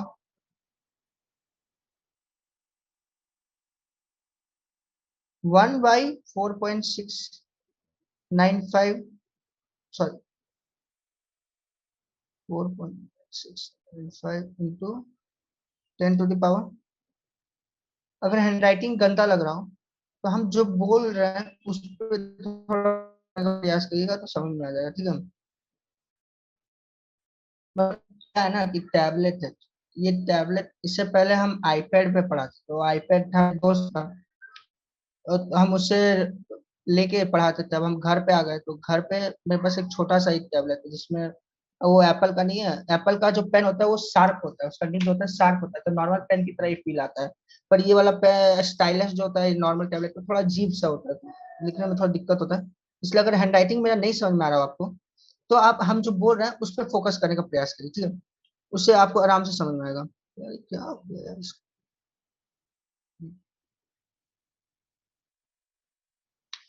हाँ, तो इसको 1 से डिवाइड,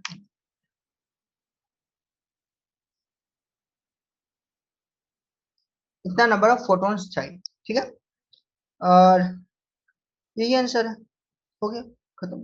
अब क्या है, तो क्वेश्चन सिंपल सा हो गया। अब चलते 2.9 पे, मतलब अभी आप देख सकते हैं कि कुछ चंद फॉर्मूलों से इतना टाइप का क्वेश्चन आया, सिंपल से थे, आसान से, ठीक है। अब चलते 2.9 पे, ठीक है। फोटोन ऑफ वेवलेंथ, फोटोन का वेवलेंथ दिया है,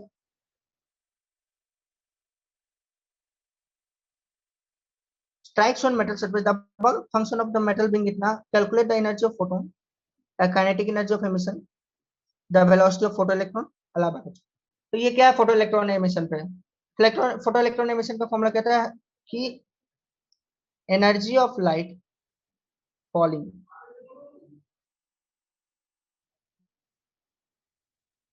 equal to work function of metal plus maximum kinetic energy. एक बात ध्यान रखिएगा, फोटो इलेक्ट्रॉन एमिशन होने के बाद जो इलेक्ट्रॉन निकलते हैं, जरूरी नहीं कि उनका काइनेटिक एनर्जी इस वैल्यू के बराबर हो, ठीक है, जरूरी नहीं है, लेकिन हाँ मैक्सिमम पॉसिबल काइनेटिक एनर्जी ये है। ऐसा क्यों, क्यों जरूरी नहीं है, ऐसा इसलिए क्योंकि वो हर एक इलेक्ट्रॉन के सराउंडिंग पे डिपेंड करता है। अगर मान लीजिए हर एक इलेक्ट्रॉन के अगल बगल में बहुत सारे इलेक्ट्रॉन है, तो बहुत बार कोलिजन होगा, जिसके कारण उसका काइनेटिक एनर्जी में लॉस हो जाता है। तो कभी कभी ऐसा होता है कि इवन दो एनर्जी सफिशियंट रहता है, लेकिन हर बार इलेक्ट्रॉन नहीं निकलता या फिर कम निकलते हैं। जैसे मतलब इलेक्ट्रॉन निकलेंगे, एक दो एटलीस्ट निकलेंगे, पर कम निकलता है। जैसे मान लीजिए आप 100 फोटोन गिरा, 100 फोटोन्स गिराते हैं, और हर एक फोटोन का एनर्जी वर्क फंक्शन से ज्यादा है, यानी वो फोटो इलेक्ट्रॉन्स जनरेट कर सकते हैं, लेकिन लेकिन वो फोटो इलेक्ट्रॉन जनरेट नहीं कर पाते हैं। मतलब अगर 100 फोटोन्स गिरा रहे हैं, तो जरूरी नहीं है कि 100 फोटो इलेक्ट्रॉन्स निकले, और या फिर अगर 100 फोटो इलेक्ट्रॉन्स निकल रहे हैं तो सबका kinetic energy maximum kinetic energy के बराबर हो, ये भी जरूरी नहीं है, ठीक है। तो बाकी ये फॉर्मूला तो सबसे पहले इन्होंने बोला एनर्जी ऑफ फोटोन, तो बहुत सिंपल है, तब से तो हम लोग वही करते आ रहे हैं। Energy of photon equal to होगा hc बाई लैम्डा। पिछले वाले का लॉजिक यूज करते हुए हमें वैल्यू आ जाएगा। हाँ, तो यहाँ फोटोन का एनर्जी आएगा 4.9695 इंटू 4.9695 इंटू 10 पावर -19 जूल। अब आप कहिएगा आपने ऐसे इतना जल्दी कैसे कैलकुलेट कर लिया, तो पहले में 4000 पिकोमीटर था, इस बार 4 × 10⁻⁷ मीटर है, तो पहले वैल्यू दिया था, मतलब इससे लास्ट वाले क्वेश्चन 4 × 10⁻⁹ मीटर वेवलेंथ है, जब 4 × 10⁻⁷ मीटर है, तो थोड़ा सा इधर उधर आप आराम से निकाल सकते हो, कुछ खास है नहीं, बचकाना सा हो गया तो आ गया। ठीक है,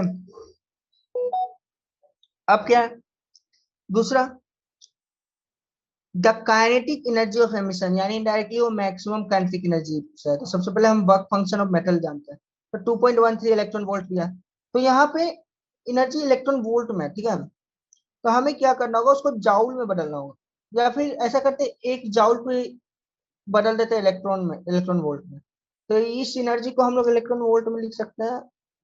यहाँ पे सुधार लीजिएगा कि हम एक इलेक्ट्रॉन वोल्ट इक्वल टू कितना बताते हैं, हाँ, एक इलेक्ट्रॉन वोल्ट इक्वल टू 1.602, ठीक है,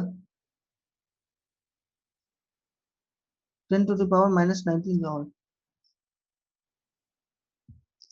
एक electron volt equal to 1.602 into 10⁻⁻19 joule होता है। ठीक है, तो अपने क्वेश्चन की तरफ जाते हैं।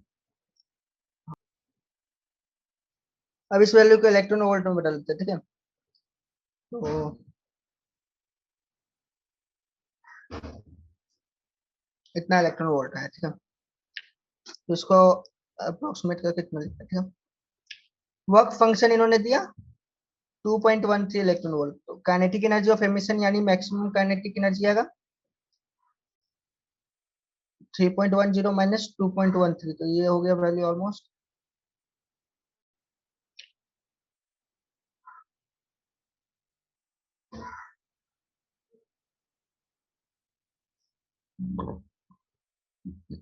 Sorry,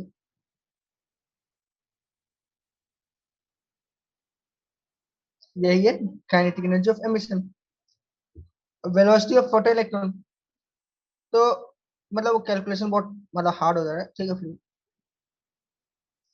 half M V square equal to 0.97 electron volt, ठीक है।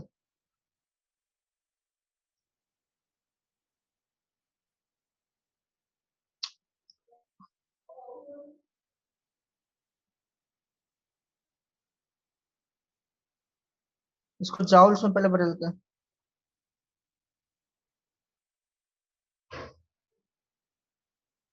ठीक है।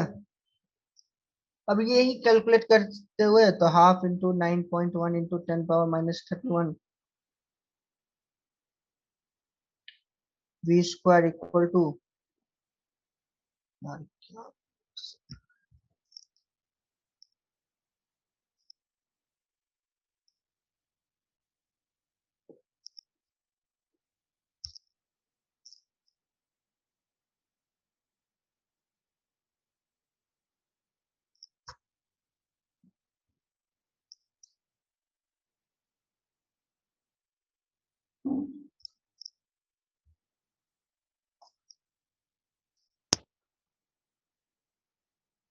ठीक है, इस तरह से कैलकुलेट करेंगे। अब हम इसका वेलोसिटी निकाल सकते हैं, तो बहुत गंदा कैलकुलेशन है, ठीक है, तो क्या करेगा, करना पड़ेगा हमें। तो इधर हो जाएगा वी स्क्वायर इक्वल टू 10⁻12 इधर रखें,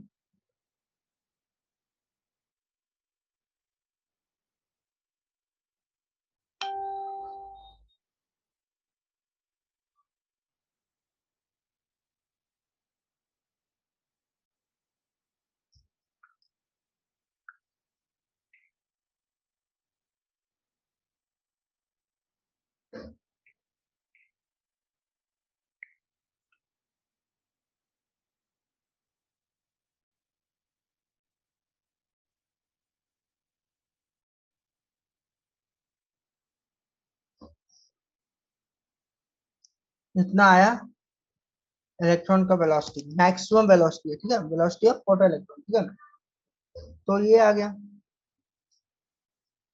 काफी मेहनत के बाद।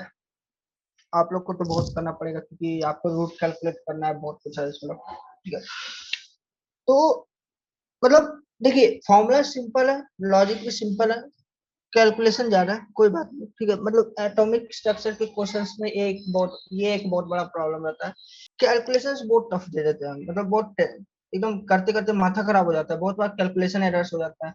तो खास करके मतलब इसलिए ऐसा नहीं कि क्वेश्चन इजी है देख के स्किप कर दी, हमको भी पता है क्वेश्चन इजी, पर कैलकुलेशन करेक्ट करने के लिए उन सिंपल क्वेश्चंस को भी प्रैक्टिस करना होता है।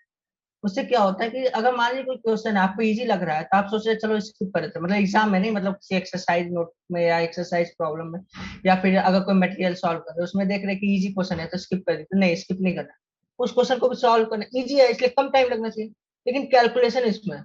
इसलिए उस मतलब उससे क्या होगा कि आपका कैलकुलेशन का एफिशिएंसी बढ़ेगा कि, और एरर कम होगा, एरर घटेगा। ठीक है, एरर करने का चांस घटेगा, इसलिए ज्यादा से ज्यादा क्वेश्चन प्रैक्टिस जब कर रहे हैं तो ऐसा नहीं कि इजी क्वेश्चन देके स्किप कर दिए, उस क्वेश्चन को करने का प्रयास करिए उसमें से, ताकि आपको कैलकुलेशन मिस्टेक होने का चांस आपसे घटे, प्रैक्टिस करते रहिए। इससे मतलब क्वेश्चन ज्यादा ज्यादा प्रैक्टिस करना है, इजी देके स्किप नहीं कर देना है, ताकि आपको एरर कम हो। कैलकुलेशन मेन आपको कैलकुलेशन एरर घटाना है, इस टाइप के चैप्टर में मोस्टली कैलकुलेशन एरर ही होता है। ठीक है, तो बाकी तो आसान है।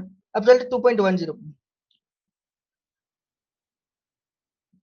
जिन्होंने पीरियोडिक टेबल पढ़ा होगा उनको आयनाइजेशन एनर्जी के बारे में पता होगा, नहीं पढ़ा है तो कोई बात नहीं, यहाँ पे इन्होंने ही कर दिया कि अगर इस वेवलेंथ का मतलब 242 नैनोमीटर वेवलेंथ का उनको फोटोन चाहिए या रेडिएशन चाहिए सोडियम एटम को आयनाइज करने के लिए, जस्ट रिक्वायर्ड, ठीक है, या जस्ट सफिशिएंट, तो मतलब वो रेडिएशन का जितना एनर्जी होगा वही आयनाइजेशन एनर्जी होगा, तो बस, और कुछ नहीं। इन्होंने इनडायरेक्टली पूछा HC/, बस क्या कैलकुलेट करना है, करिए। अब देखते हैं, एक बात आप नोटिस किए, हम लोग इतना बार HC का वैल्यू यूज कर रहे हैं, हर बार कैलकुलेट करना पड़ता है, तब क्या किया जाता है, तब क्या होता है कि हम लोग HC का वैल्यू रट लेते हैं प्रकार से कि HC का वैल्यू क्या है। हाँ, इसका एक वैल्यू होता है पर्टिकुलरली, ऑलमोस्ट होता है, HC का वैल्यू ऑलमोस्ट होता है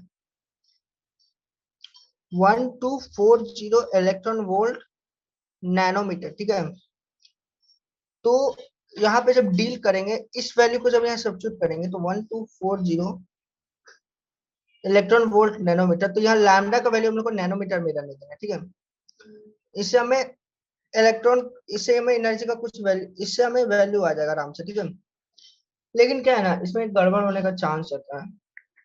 गड़बड़ ये है कि हम लोग यहाँ पे अप्रोक्सीमेट ले रहे हैं। ठीक है, मतलब वो एग्जैक्ट वैल्यू नहीं है HC का, अप्रोक्सीमेट वैल्यू। ठीक है, तो उससे आंसर 5.124 आ रहा है। ठीक है, 124 इलेक्ट्रॉन वोल्ट। ठीक है, यहाँ गड़बड़ होने का चांस क्या है कि 1240 जो अप्रोक्सीमेटेड वैल्यू, इसलिए क्या करना चाहिए, HC का SI वैल्यू याद रखिए। ठीक है, HC का 6.626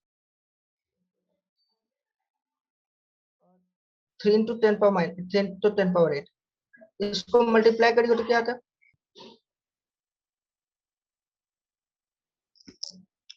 1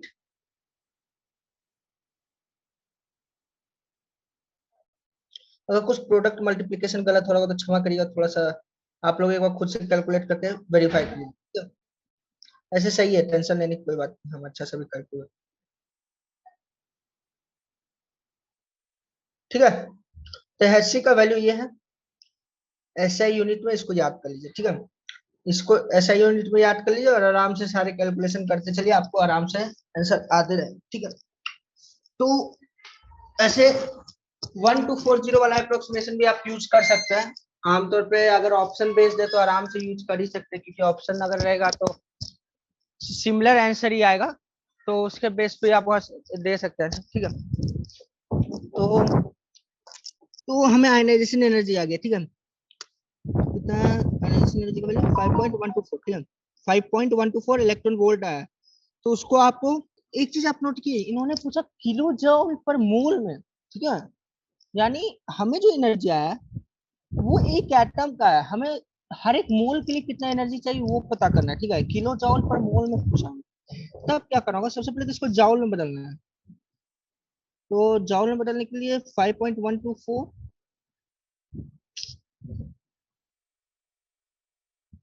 इंटू 10⁻⁻⁻19 इंटू 1.602। अब ये हर एक एटम का, अब इनको हर एक मोल का चाहिए इंटू 6 हर एक मोल के लिए इंटू 6.023।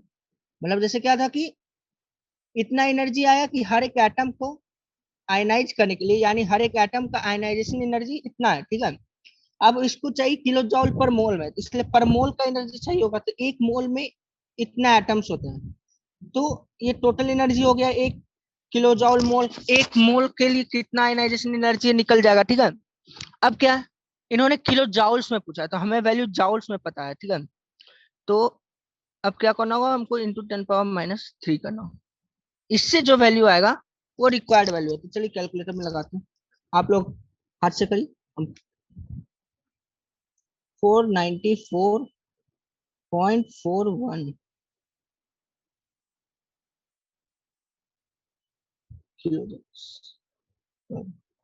मोल, इतना आंसर है, ठीक है। टफ नहीं था। यूनिट हम भी ध्यान दीजिए, उसका हम ध्यान नहीं दिए यूनिट का, वो बस मेरा एरर हो गया। तो इस चीज का आपको ध्यान रखना है यूनिट का, ठीक है। इसमें 60 क्वेश्चन है, इस चैप्टर में 65 है, तो मोस्टली एक सेशन में हम 10 क्वेश्चन ही कर पाए हैं, तो उसमें भी 1 घंटा ही किए, तो मोस्टली और कितने तो 2 सेशन और चाहिए होगा, ठीक है। तो थोड़ा सा लंबा हो सकता है, तो 2 सेशन और करेंगे, सारे क्वेश्चन हम लोग सॉल्व करेंगे, ठीक है। मोस्टली 2 सेशन ही चाहिए। आज हम फिर भी 2.20 तक किसी भी तरह खत्म करने का प्रयास करेंगे। नहीं, 2.30 कुछ ज्यादा ही हो, 2.15 या देखते कितना तक, या कितना एक्सटेंड हो सकता है ये सेशन हम देखते हैं, ठीक है। फिलहाल इतना करते हैं। तो उन्होंने बोला कि 2.11 क्वेश्चन में एक येलो लाइट है जिसका वेवलेंथ है 0.57 माइक्रोमीटर। अब क्या बोल रहे हैं कि केस ये है कि इन्होंने बोला कि 25 वाट का बल्ब है, ठीक है, वो इस टाइप के वेव्स को मतलब इस टाइप के फोटोन्स को रिलीज कर रहा है, ठीक है। क्वेश्चन नहीं दिख रहा है तो देख सकते हैं कि मोनोक्रोमेटिक येलो लाइट है, ठीक है। तो अब हर एक, अब जो वेवलेंथ रहता है किसका रहता है, क्वांटा का ही रहता है, या वेव पार्टिकल्स का ही रहता है। उन वेव पार्टिकल्स को क्वांटा कहते हैं, ठीक है। अब इसने बोला हमसे कि 25 वाट का एक बल्ब है, ठीक है। तो 25 वाट बल्ब है, मतलब वो 25 जाउल पर सेकेंड, हर एक सेकेंड वो 25 जाउल रिलीज कर रहा है, ठीक है। तो वो पूछा कि हर एक सेकंड में कितने क्वांटा रिलीज हो रहे हैं, ठीक है। तो सबसे पहले क्या करेंगे, हर एक क्वांटा का एनर्जी निकालने का प्रयास करते हैं। तो क्वांटा की एनर्जी का फॉर्मूला क्या होगा, इक्वल टू hc/λ। hc का वैल्यू कितना था, 1.98, बस 78 इंटू 10⁻⁻25। नीचे में 0.57 इंटू 10⁻⁻6 माइक्रोमीटर में, इसलिए अब कैलकुलेट करते हैं।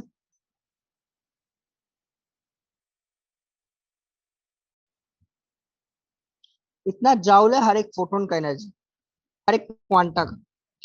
तो पर सेकेंड 25 जाउल रिलीज हो रहा है, तो पर सेकेंड कितने क्वांटा रिलीज हो रहे होंगे, number of quanta per second is equal to 25/3.487 cross 10⁻⁻19, ठीक है। ठीक है, ऑलमोस्ट आ रहा है।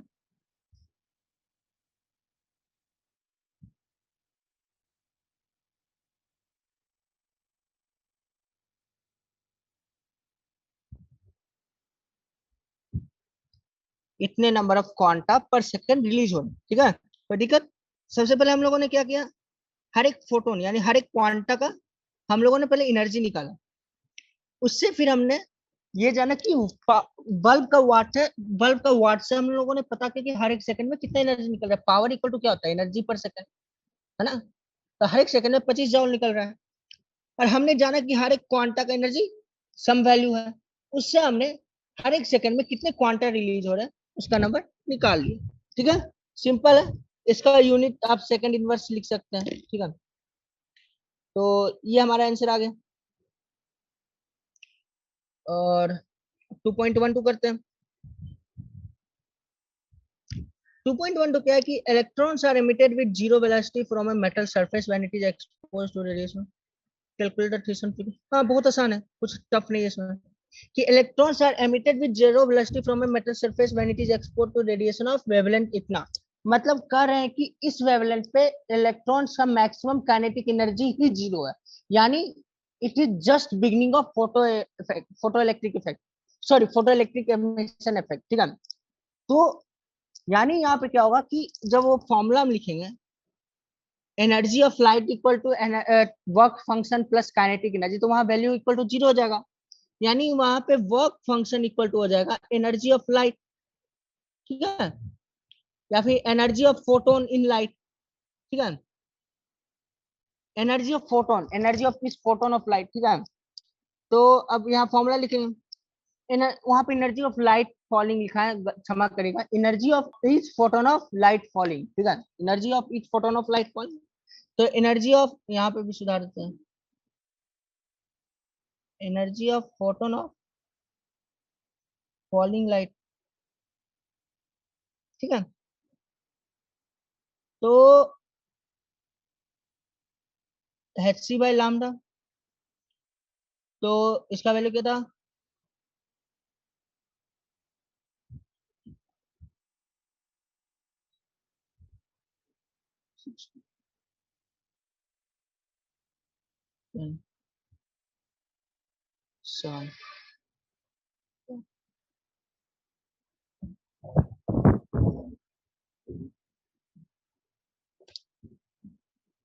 इतना जाउल है वर्क फंक्शन, ठीक है। अब इन्होंने थ्रेशोल्ड फ्रीक्वेंसी पूछा है, तो थ्रेशोल्ड फ्रीक्वेंसी भी आराम से निकल सकता है। फ्रीक्वेंसी इक्वल टू क्या होता है, threshold frequency equal work function equal to h into threshold frequency, ठीक है। तो आप चाहते ऊपर से ही निकाल सकते थे, जैसे यहाँ क्या था, work equal energy of photon था, तो h मी equal to H C by lambda, तो यहाँ मी equal to C by lambda हो जाता। तो 3.3 into 10 power 8 divided by 6 800 into 10 power -10, तो फ्रीक्वेंसी यहाँ हो जाएगा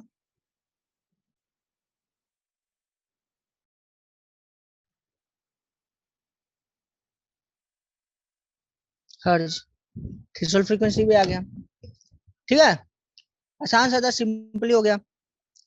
होप कोई गलती नहीं की हो।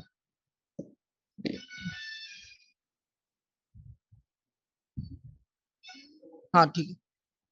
अब क्या चलते, मतलब आसान सा ही था, कुछ टफ नहीं था। अब चलते 2.13 पे। What is the wavelength of light emitted when the electron in a hydrogen atom undergoes transition from a energy level with n equal to 4 to an energy level with equal to n equal to 2?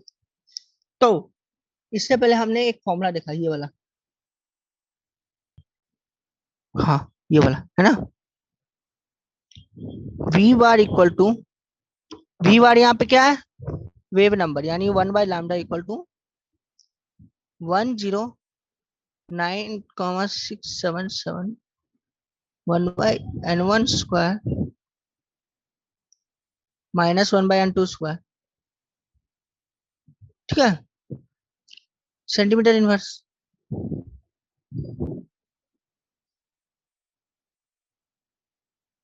ठीक है।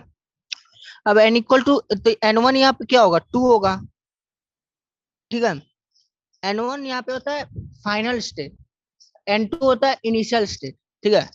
तो value substitute करिए, तो 109,677 यहाँ पे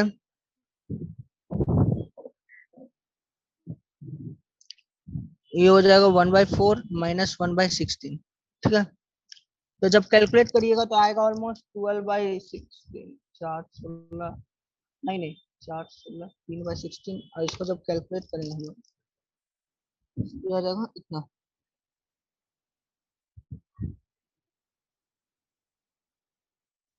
ठीक है। ये 20,564.4375 सेंटीमीटर इनवर्स, ठीक है। तो हमें तो ये 1/λ आया, तो हमको लैम्डा का वैल्यू चाहिए, तो क्या करेंगे, तो लैम्डा का वैल्यू आएगा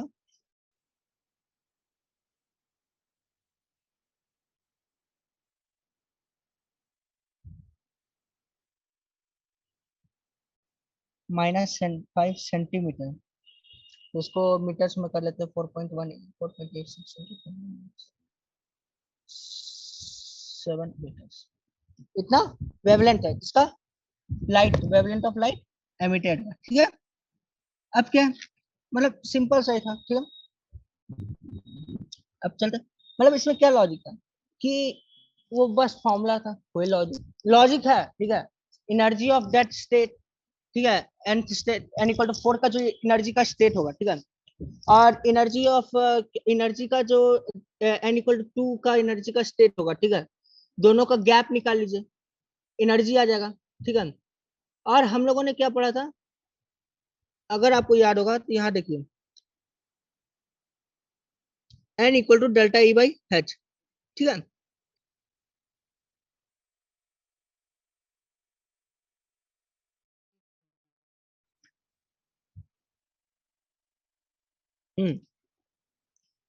ई इक्वल टू, यहाँ पे शायद फॉर्मूला गलत है, ठीक है, या फिर उन्होंने दूसरा तरीका से रिप्रेजेंट किया, एन इक्वल टू में भी यहाँ पे फ्रीक्वेंसी हो, delta E equal to H mu, ठीक है। और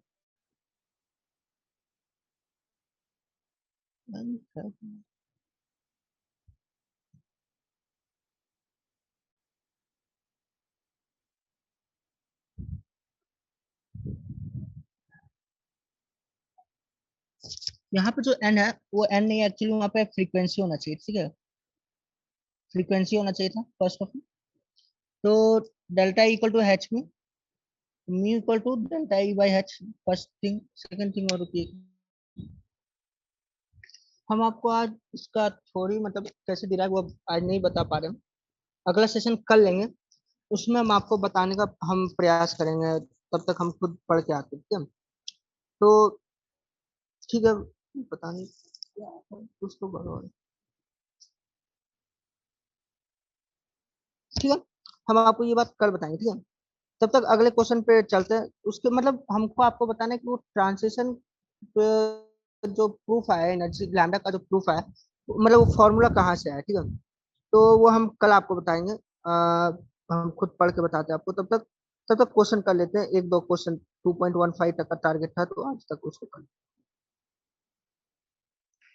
तो हाँ, तो how much energy is required to ionize a H atom if the electron occupies n equal to 5 और ये भी सिंपल सा है, ठीक है, कुछ नहीं है कि 2.14 एनर्जी इसको चाहिए कि आयनाइज करने के लिए n इक्वल 5 और देखिए आयनाइजेशन एनर्जी का फॉर्मूला है, आयनाइजेशन एनर्जी का शॉर्ट फॉर्म है, आयनाइजेशन एनर्जी का फॉर्मूला है energy at infinity minus energy at nth orbit, ठीक है। जिस भी ऑर्बिट का आपको चाहिए, क्या कहते हैं, आयनाइजेशन एनर्जी जिस भी ऑर्बिट से चाहिए, देखिए आमतौर पे ionization energy n equal to 1 orbit से ही लिया जाता है, ठीक है। लेकिन मे भी यहाँ पे दे दे, आयनाइजेशन एनर्जी का फॉर्मूला है energy required to ionize from n equal to 1, ठीक है। लेकिन क्या कहते हैं, यहाँ पे n इक्वल टू 5 से पहले एनर्जी पूछा, उसके बाद n इक्वल टू 1 से पूछा, ठीक है। At infinity energy is equal to zero, at infinity energy is equal to zero, तो यहाँ पे जीरो आ जाएगा ऑब्वियसली, यहाँ पे ई माइनस एन, यहाँ पे माइनस ऑफ एन, ठीक है। अब हमने पढ़ा था,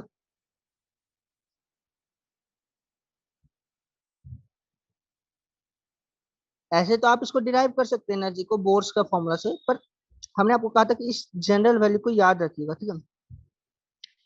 इक्वल टू -2.18 इंटू 10⁻−18, तो ये माइनस माइनस तो प्लस हो जाएगा, तो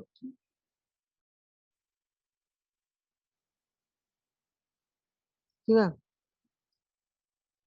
यहाँ पे हाइड्रोजन का बात किया, ठीक है, क्वेश्चन में हाइड्रोजन का बात किया गया है ना, तो जेड इक्वल टू ऑब्वियसली 1 हो जाएगा, अब क्या है कि सबसे पहला क्वेश्चन एनर्जी चाहिए फिफ्थ ऑर्बिट से, तो 2.18 इंटू 10⁻−18 डिवाइडेड बाय 25, ठीक है। तो इसका वैल्यू होगा 8.72।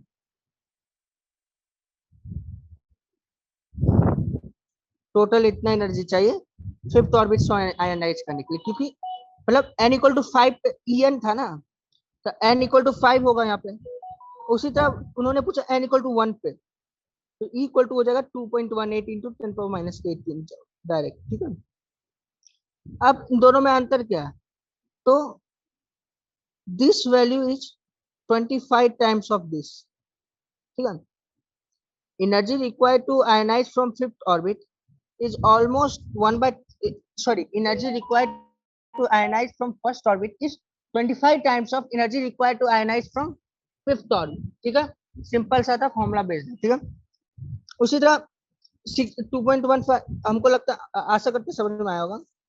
अब चलते 2.15 पे कि अगर एक H का excited electron n equal to 6 से n इक्वल टू 1 पर आए, तो maximum number of emission lines that can be seen, तो मतलब एक्चुअली वो वहां पे अलग अलग लाइंस के बारे में पूछ रहा है, ठीक है, कितने मैक्सिमम डिफरेंट लाइंस पॉसिबल होते। चलिए उसको गिनने का प्रयास करते हैं, ठीक है। तो 2.15 में मतलब इन्होंने पूछा कि number of spectral lines that can be scene, ठीक है। तो देखिए एक तो इसका डायरेक्ट फॉर्मूला, ठीक है, वो शायद एनसीईआरटी में लिखा हुआ है कि highest number of spectral lines equal to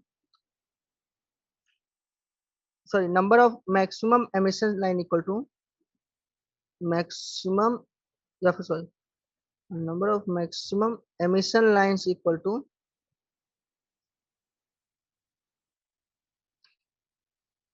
n into n-1/2, यानी जिस ऑर्बिट से वो गिर रहा है उसको अगर n मान ले तो इस फॉर्मूला को मान, ये फॉर्मूला है, ठीक है। तो क्या होगा 6 into 6-1/2 यानी 50, ठीक है। दूसरा तरीका नॉर्मली काउंट करके भी देख सकते हैं, 1 2 3 4 5 6,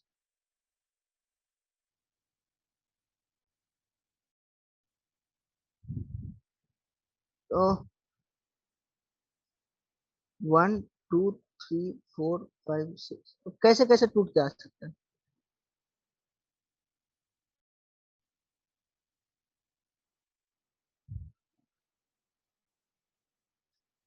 एक तो डायरेक्ट आ जाएगा एक लाइन, दूसरा लाइन ऐसे ऐसे आएगा, तीसरा ऐसे और ऐसे, चौथा ऐसे ऐसे, पांचवा ऐसे और ऐसे, फिर इन सबको भी तोड़ तोड़ के, मतलब बहुत डिफिकल्ट है काउंट करना, मतलब इसलिए वो फॉर्मूला है, पर फिर भी चलिए करते हैं। मतलब हम लोग इसमें देखेंगे क्या क्या पॉसिबल ट्रांसिशन है, ठीक है। तो n इक्वल 6 से 1 एक पॉसिबल है, 5 से 1 पॉसिबल है, 4 से 1 पॉसिबल है, 3 से 1 पॉसिबल है, 2 से 1 पॉसिबल है, ठीक है। दूसरा क्या क्या,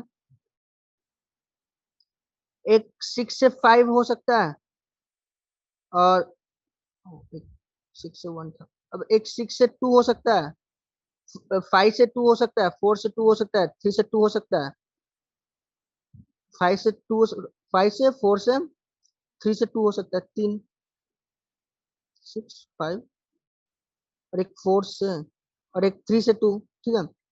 इधर 5 थे, इधर 4 थे, उसी तरह आगे 3 आएंगे, फिर 2 आएंगे और 1 आएंगे, तो 5 4 3 2 1, सम कितना हुआ 15, ठीक है।